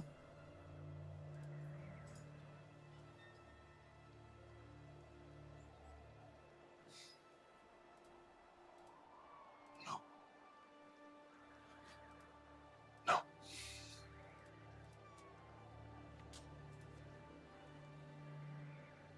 I will not give in to this.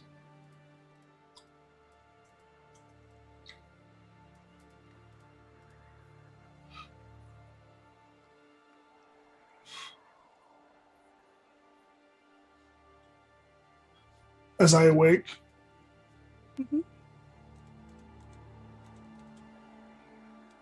Irina is still asleep. Mm-hmm. Everything is quiet. Everything is quiet.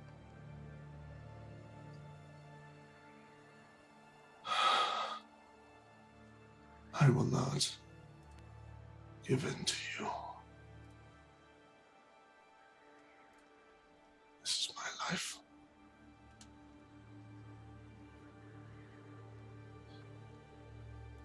I'll go back to sleep. Okay.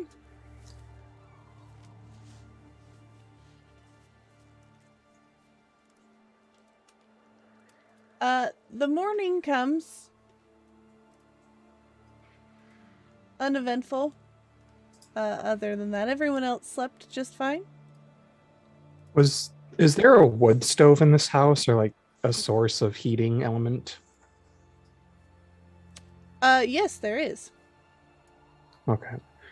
I think in the middle of the night, Toby would have gotten up and just grabbed the jacket, the blanket on the bed, his own bedroll blanket, the clothes he has, even though he doesn't wear them, and just slowly and shakily like find it wherever it is, and just like with the bowl of like now cold beet soup, just like sit in front of it, hunched over, and just in the morning he'll just be found just kind of slumped over the half-eaten bowl.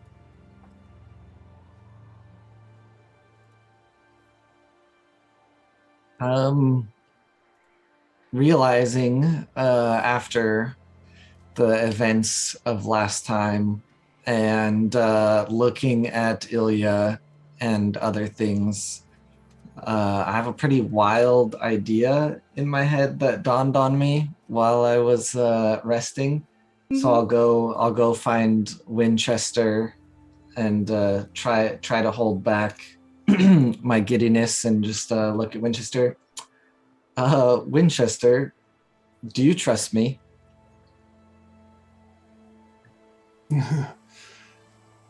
Yes, Colin, I do. Cool. Well, here goes nothing. And I'm going to touch the back of Winchester's hand. And is he considered undead?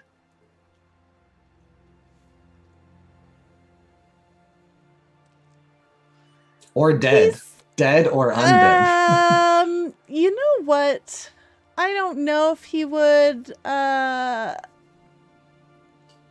It feels similar to undead to you. I mean, Undead it depends facing. on how wacky you want to get. If he's undead, when I touch the back of his hand, I can then see through his senses.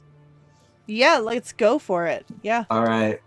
So yeah, I touch the back of Winchester's hand and just my eyes go white and I see myself looking at Winchester and I just hold it for a second and then shake. Whoa. All right. Cool. I don't know if that'll ever come in handy, but it is really cool. No offense. Sorry you're like dead and everything, but I mean, we could take every advantage we can get.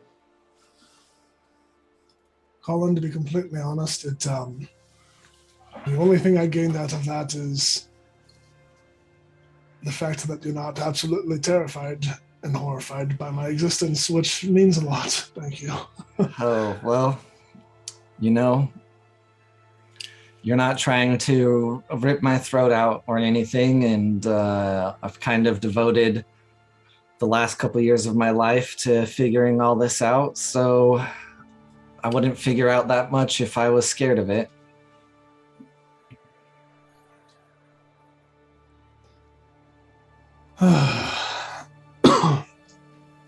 Good morning, by the way. Sorry, just, couldn't sleep last night thinking of possibilities. Mine too. Speaking of morning, did I get a full rest there? Yeah, you all did. Okay. Anna will come and like kind of knock near your doors, and just I've been summoned. It appears that a woman in town is about to give birth.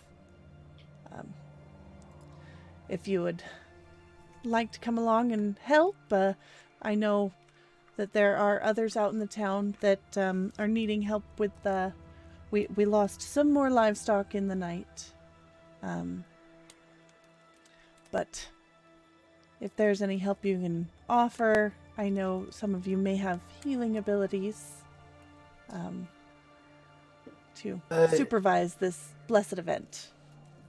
Yes, please. I've been trained somewhat in the Morning Lord's phase. Also, I know some of you were interested in seeing the abbot, and well, I know you may not be heading up there right now. He has been known to wander the grounds of the shrine by the blessed pool to the west.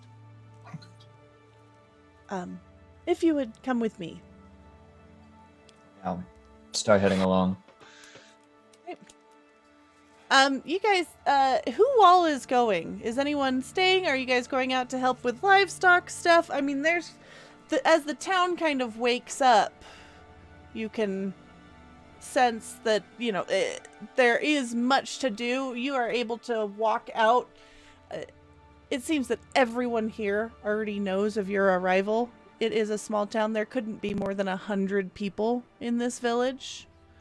And if you offer to help with loading wagons, setting up food stores for the winter, herding livestock out of the overnight indoor pens, things like of that nature, or you can accompany Anna to the birthing.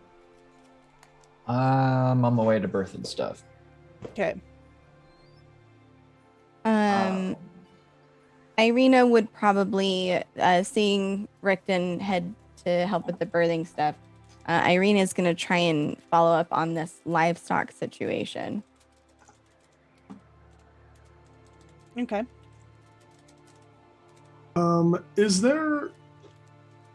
they primarily a livestock kind of town, or do they have crops as well? Have we seen they have any? little plots of land. Okay, but it's not like a mainly farming. No, it's it's all again with Barovian farming. Right. There's a lot of sunlight isn't so much of a thing, and it's harsh environment, kind of spongy or cold earth. So you get a lot of oats, onions, things like a lot of squash, things of that nature. Thinking now, the land, nothing stays dead here, including the plants. They keep growing no matter what. I am honestly kind of conflicted. I don't really have any healing abilities. I feel like I would just kind of get in the way at a birthing.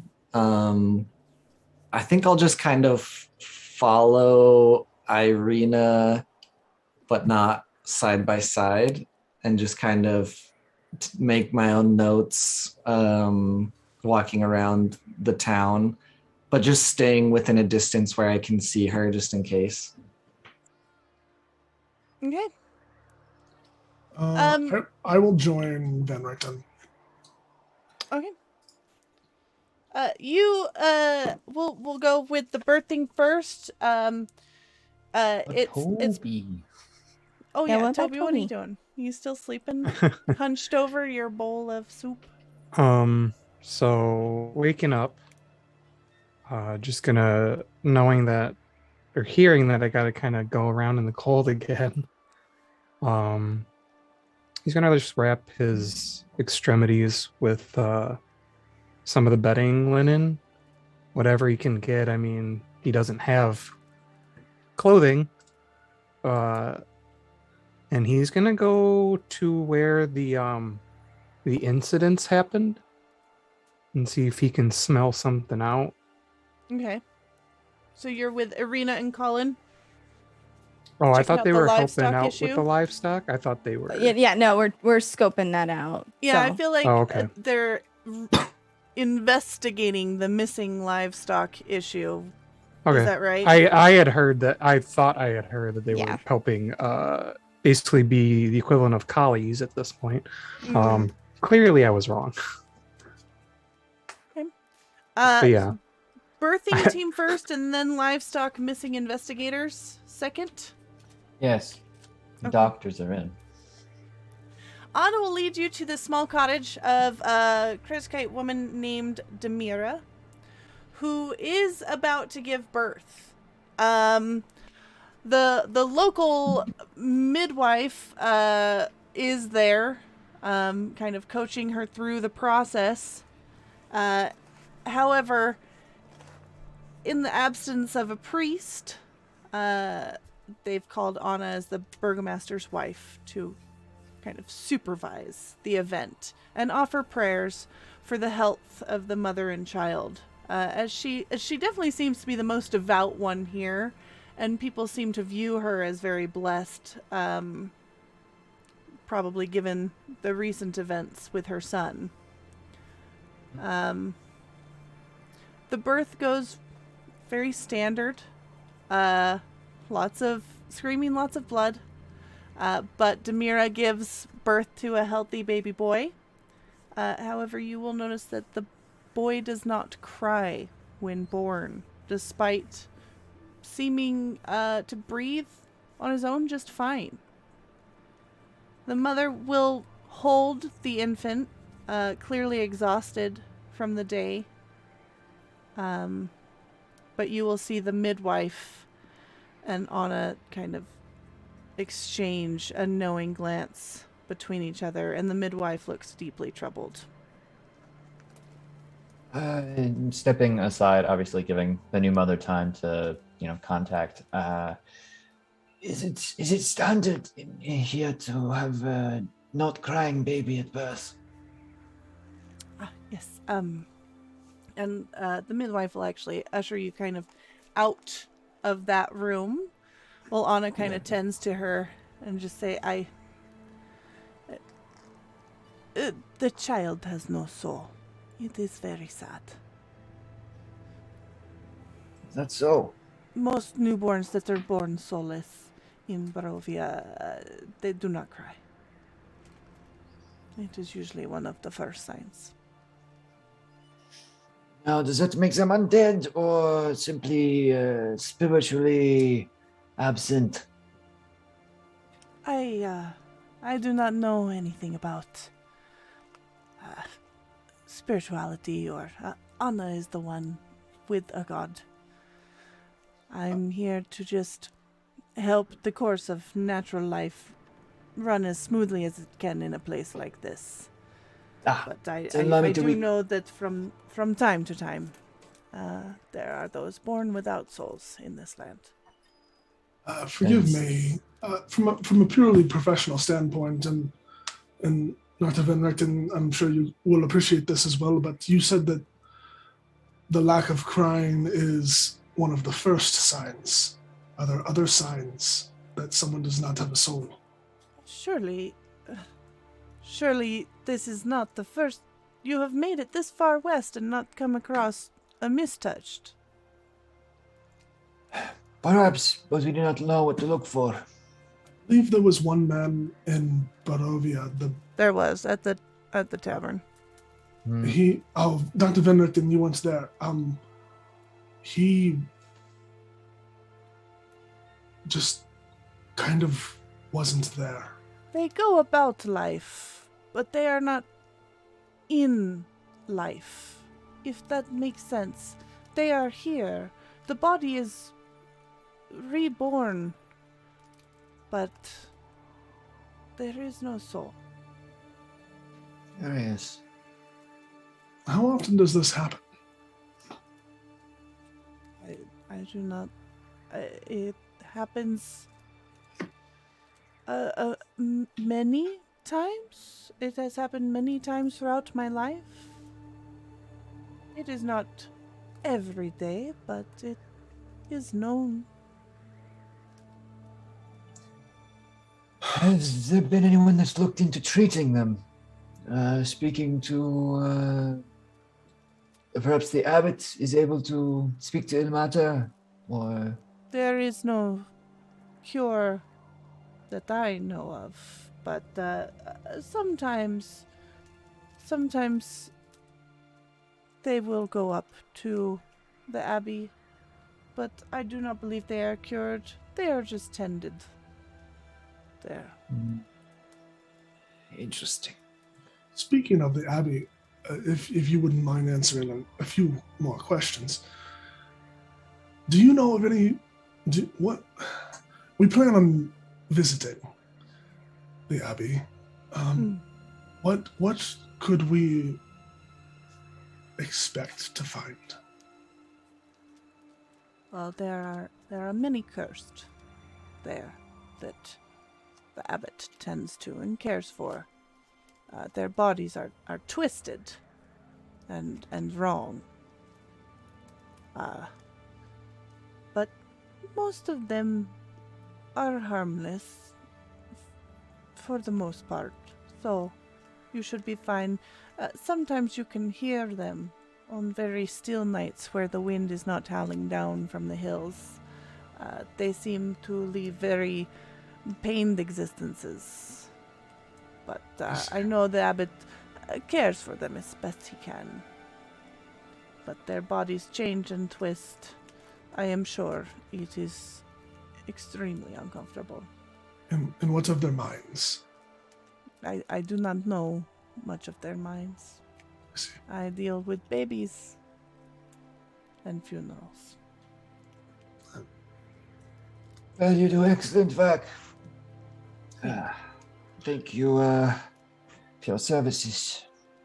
You said you do funerals. Yes, as midwife, in a small town as this, it seems that my job extends to helping people step into the world as well as out of. It is always good to have someone there when you go, to speak for you, to make sure that you find your way. Just kind of looking around to make sure that the burgomaster's wife is not listening to this conversation. We recently, last night, shared in the presence of the burgomaster and his family, and Dr. Van Richten, I believe you made note of a recently empty grave. Yes, I believe if Ilya. Did you know anything surrounding his death? Her face will darken for a little bit.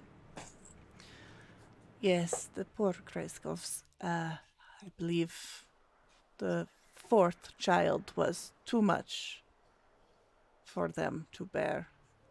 Poor Ilya.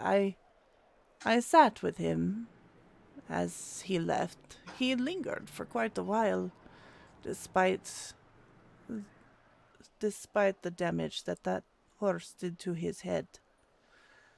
He hung on.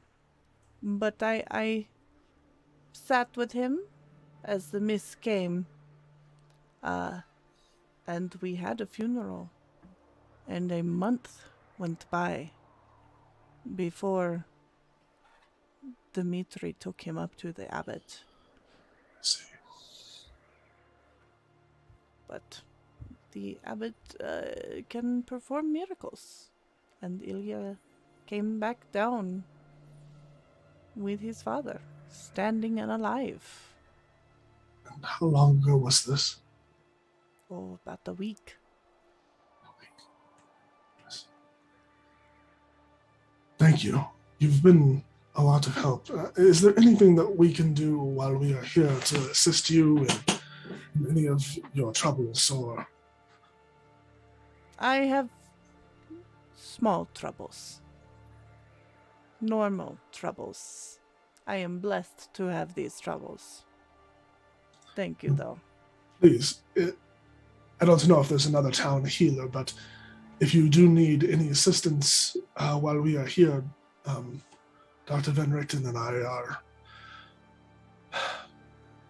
are healers. Of course. Usually anything I cannot handle, we either leave to the mist or we send to the abbot. But if you guys are able to help, I will accept it. Of course. Thank you. Yes, thank you. And I'm gonna kind of just nod and walk away for a second and kind of nod for Van Richten to follow. Yeah. Doctor, forgive me. She said that a month went by before he was resurrected. I can't help but think that the kind of magic required for such a feat, that is above our skill level, yes? At the moment, but I've heard of people rising from the dead. There are very powerful restorational magics that could be used. The abbot is either as powerful as they say, or... Well, the point being, yes, I do believe the abbot may be uncomfortably powerful. Uncomfortably powerful. You're afraid of the presence of the Morning Lord? I'm afraid of power in these lands. It is one thing for a priest to hold dominion in a church that is protected by greater powers than we know.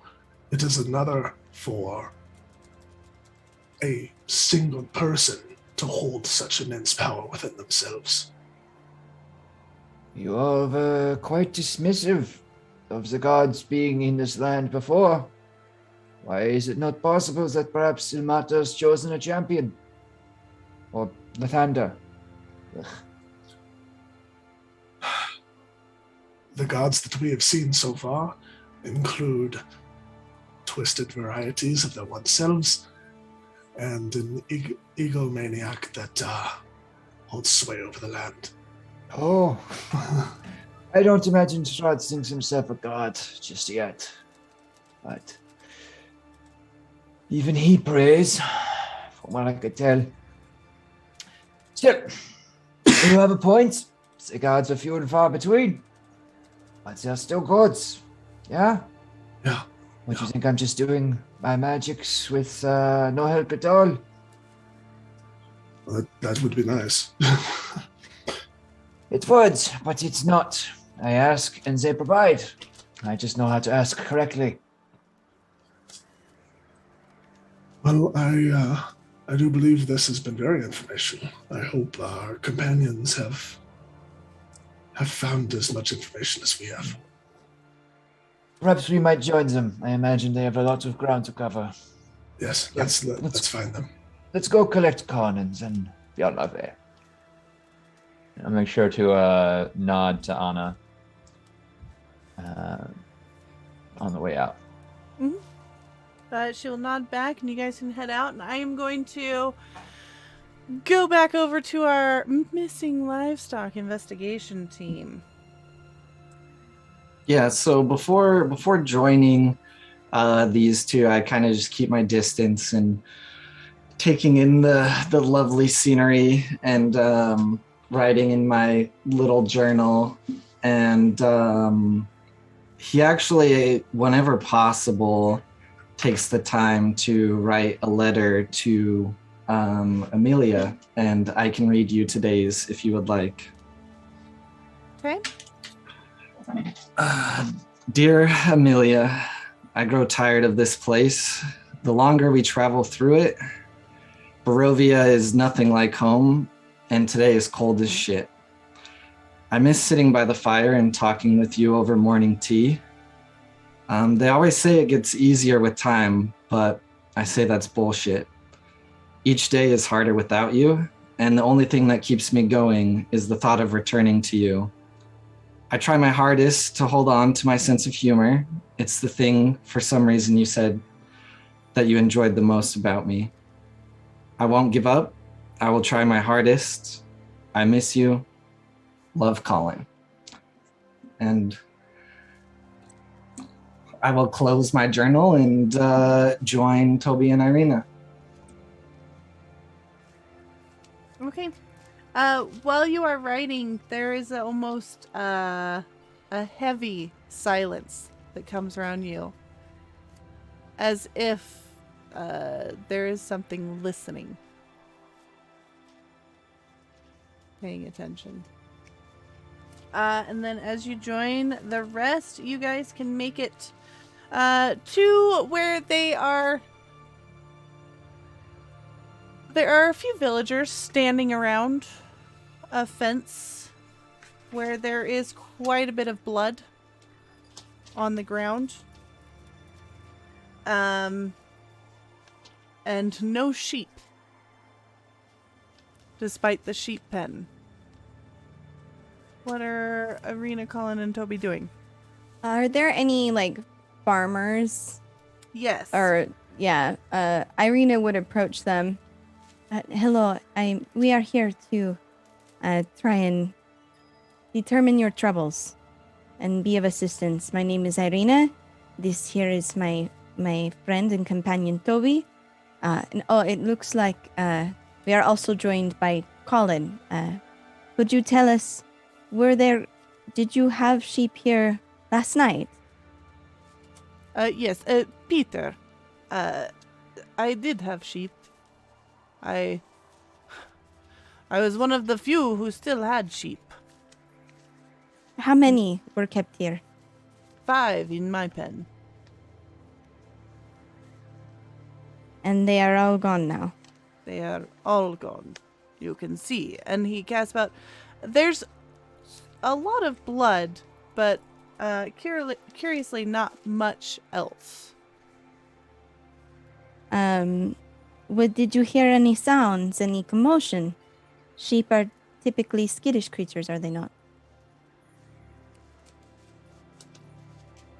I would not say that they are skittish. They usually go about their day very stubbornly. You usually have to at them to get them to even pay attention. They can panic, but I would not call them skittish. But there was no commotion, no noise, no cries? Not that I heard. Whatever happened, it happened fast, I think. There was no time for them to raise any sort of cry. And how long has this been happening? Is this, Oh, I would say probably 4 or 5 days. And it is every night for the last 4 or 5 days? Yes, well, at first it was, he just had the one little chicken coop, and he lost a few chickens. They were just gone, but like, there was no blood, there was no feathers. It was as if someone had come and got them out of the chicken coop. Like with the latch and everything. At first I thought that maybe someone was getting greedy or had not been honest about their needs. We work on it's very communal here. There should be no need for thievery. We all do our part, but and then Bata lost his chickens, and then Griffin he lost one of his pigs. Again, just it was like as if the latch was undone, and the pig was just led merrily out to its death, wandered off into the cold.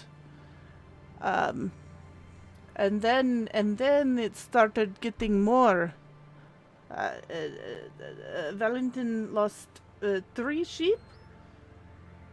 And then there were more, and then there was blood. There's not many bones. So whatever is happening, it is happening quick. I don't know if it's something swooping down from the sky and just impaling them and carrying them off. I have no idea. But they are gone.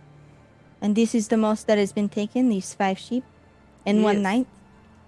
Yes.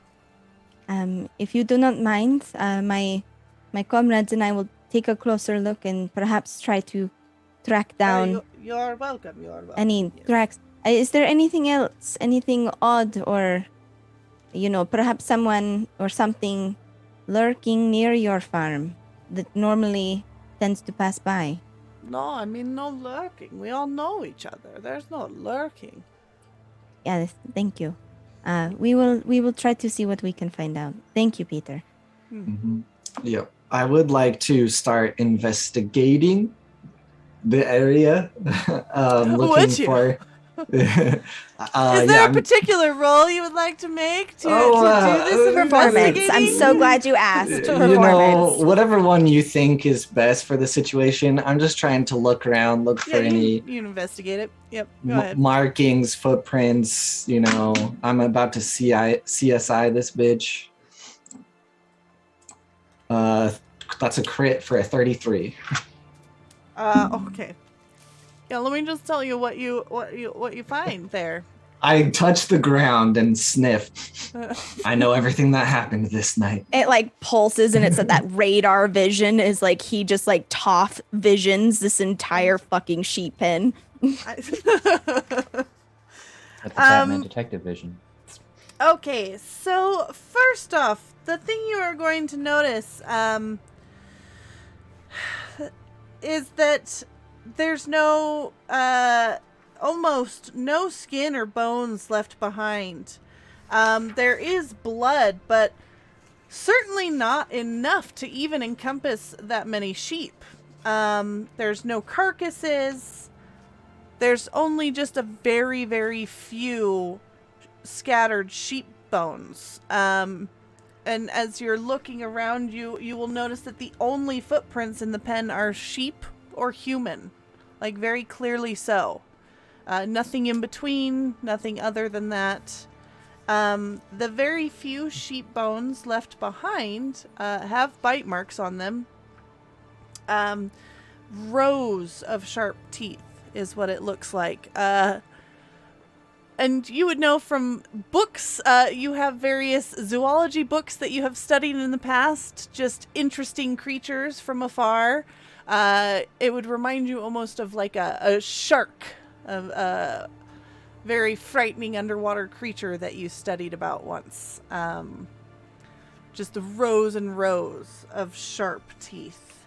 Well, that is quite concerning. I'm rattling all these details off to Irina, like she is my personal Watson, writing down the notes, because Sarah writes good notes. Well,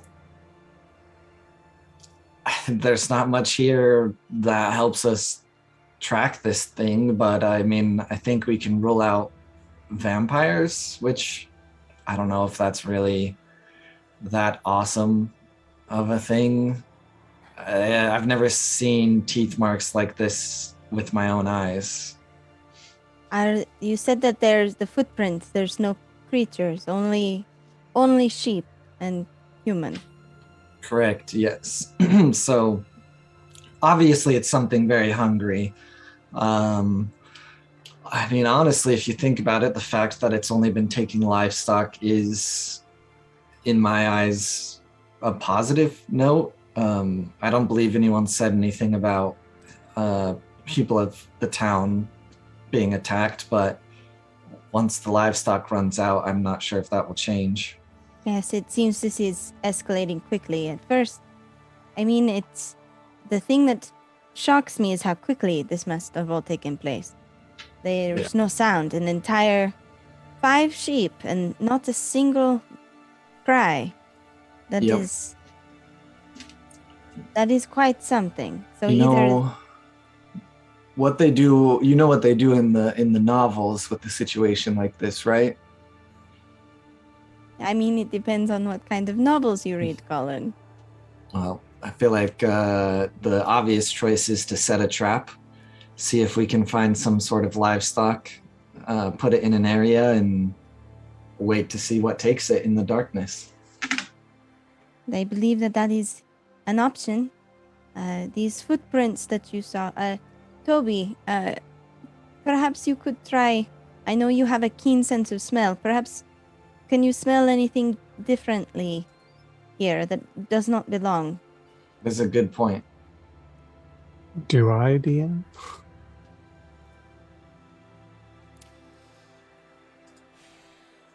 Roll a perception check as you smell around. Cool. 17. Okay. You smell something. It smells similar to like the rot of death, but almost stale.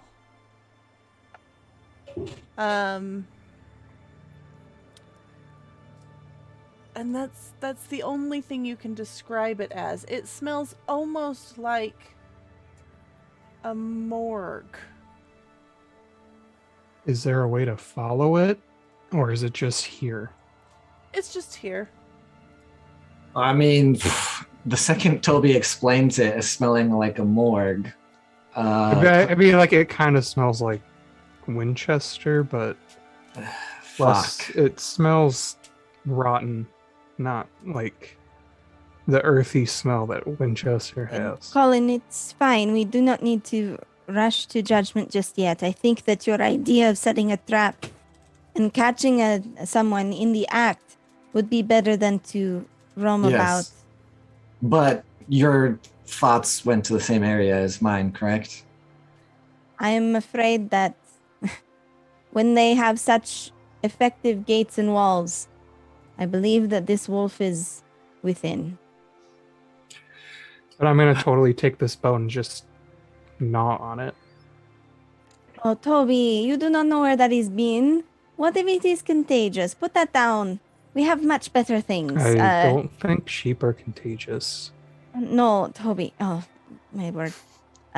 Toby, or she's gonna go and kind of take the bone and pull out something like just food from like her day pack kind of a deal and hand it over.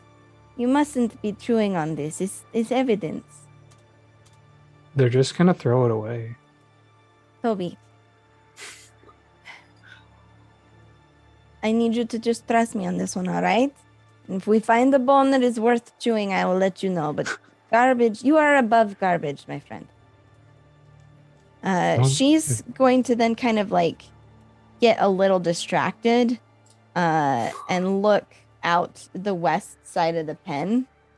There is something that I think I would like to check before heading back to the Burgomaster's house.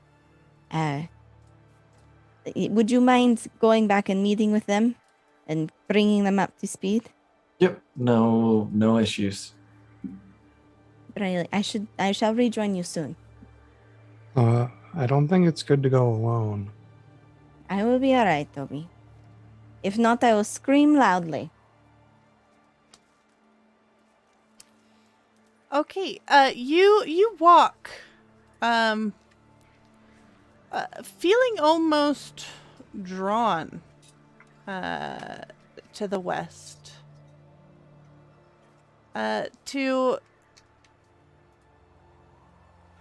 a shrine, it would appear, near a pool.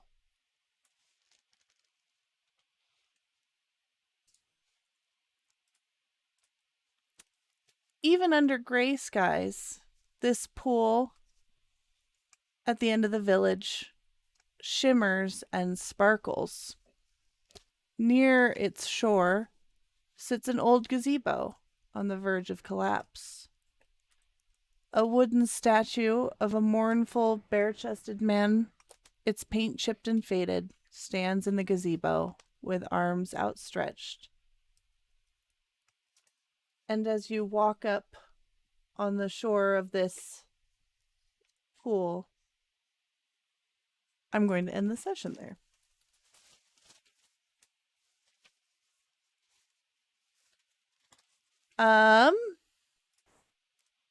That will conclude session 21 of Curse of Strahd Dark Echoes. Thank you all for joining us. You guys have finally reached Krezk. Who are you calling finally? Who are you calling you guys? Tune in for more every other Saturday morning at 7 a.m. Pacific. The next episode will be Saturday, November 20th. I am Lukalok, and I have been your Dungeon Master this morning. Players, would you like to go around and sign off, starting with Sarah? I would love to. Hi, I'm Osirix Franco. I play Irina Kolyana, the Human Ranger slash fighter, because we leveled up and I'm multi-class. If you like my face and the words I say sometimes, you can find me on Twitch and Twitter at Osirix Franco. I'm in a variety of TTRPG content, both here on TPK Roleplay, over at Nat20, and soon to be on Neon Lights Roleplay. Come back tonight, this evening, at 5 p.m. Pacific Standard Time, where I will be running a one-shot by the Old Oak Tree. I'm joined by a phenomenal cast. I'm very excited about it. You can see me next week on Monday in the Stargate crossover episode, where the goodies and the baddies shall now meet. You can also see me in the Harpers on the 9th. From there, you can find me starting on the 14th back over at Nat20. Morningstar and Company is back. I'm so excited. Check that out. There's also 2 new campaigns kicking off there last time around, which is another Curse of Strahd campaign, just brutal, that will be kicking off in December, as well as a game run by the Nation of Joe, which is going to be kicking off at the end of November, which I'm very excited for. We have Murder and Coffee on the 20th. I'm running a one-shot on the 23rd. Just lots of great things going on all month, so stay tuned for more. Passing it on over to Cole. Hello, everybody. My name is Kohlrabi. I play Colin, the human antiquarian who has not multi-classed yet, but you never know. It is always enticing. I am not around too much this month, but I will be returning for Dark Echoes, of course, on the 20th. And then on the 29th of this month, there will be a Spooky Good special Sherlock Investigations episode. We have a lot of stuff still happening this month, even with the holidays going on and everything. We'll have some top shelf episodes, a new show starting that I'll probably let Luca talk about, and you'll hear about a lot more in the next week. I stream on Twitch every Wednesday before TPK goes live, so if you want to come hang out, you can do that. I was like, I swear that was the command. Check out our YouTube. Subscribing and watching videos there does help support TPK as a whole, very much so. So thanks everyone for doing that. I think that's about it from me. So on to Ty. Hi everyone, I'm Tyrant. You can find me on Twitch and Twitter at Dr. Tyrant. I played Charles Winchester, the half-elf druid, who had a emotional episode. So that should be interesting moving forward. As for what I have coming up, I have, along with Sarah here, Against the Tides, this coming up Wednesday, the 10th, over on Nat 20. It is a Wild Mount campaign, and it's been super fun so far, so definitely come and check it out. I will not be here for Dark Echoes the next session, as I will be traveling, but I will be back in force and ready to play. I want my money back. You didn't tell me that until just now. Yes, I did, sir. I forgot. Okay. I'll be back in force the session after, and I'm super excited to keep playing. Let's move on to Tony. Hey, I'm Tony, playing Toby, but I actually play Tony too because I'm just an enigma. Anyway, I am in, I don't have a whole lot going on. Yeah, Odyssey of the Dragon Lords on the 16th. Where we get to finally get back to my character's home and have some motherfucking questions. And then, yeah, I'm here for Dark Echoes. It's pretty much all I have for a while. I have something coming up starting in January. But we will reveal that at a later date because secrets are a thing. So I'll pass it over to Turk. Thank you very much. Hey, everybody. I am Turk, or Turkey Centered on Twitch and Twitter. I was playing Dr. Rudolf von Richten, the Monster Hunter, today. Gosh, I'm glad no one decided to take any extra dealings for stealing sight from creatures. That does sound pretty cool. Anyway, for more of me in the future, it'll be a pretty quiet month. Today, we're doing another recording of Core Hearts, the overall campaign over on Neon Lights. It's just been a ton of fun. So when that comes out, definitely keep a lookout. Tuesday with Harper's 11th back on Neon Lights for the Blades Will session there. It'll be Nation of Iron, if you're not familiar.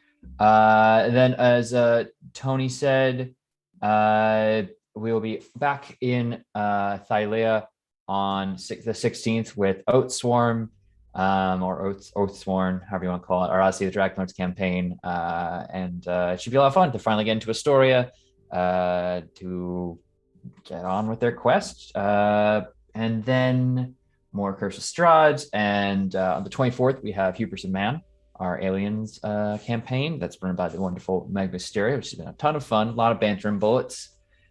And then Sherlock on the 29th, with plenty more to come. So definitely keep it locked in here and on our other wonderful friendly channels. And definitely, yeah, check out the YouTube for anything you've missed in the past, especially this campaign here. And I'll throw it back up to Luca. Again, I'm Luke Locke. I'm design coordinator, dungeon master, and sometimes player for TPK Roleplay. You can check out our schedule on our website. If you throw a dart, you will hit me. I'm on there all the time. But in terms of the new show Cole mentioned starting later this month, is Shadow over Arnor, which is a Middle-earth 4-part mini-series DM'd by Fazul. And it's very exciting. I'm very excited. So it's going to be every other Sunday at 5 p.m. Pacific on Twitch. So keep an eye out for that. Other than that, just check out the schedule. We have a lot of stuff going on. And with that, I will bid you all good morning still, and see y'all back here tonight for Old Oak Tree.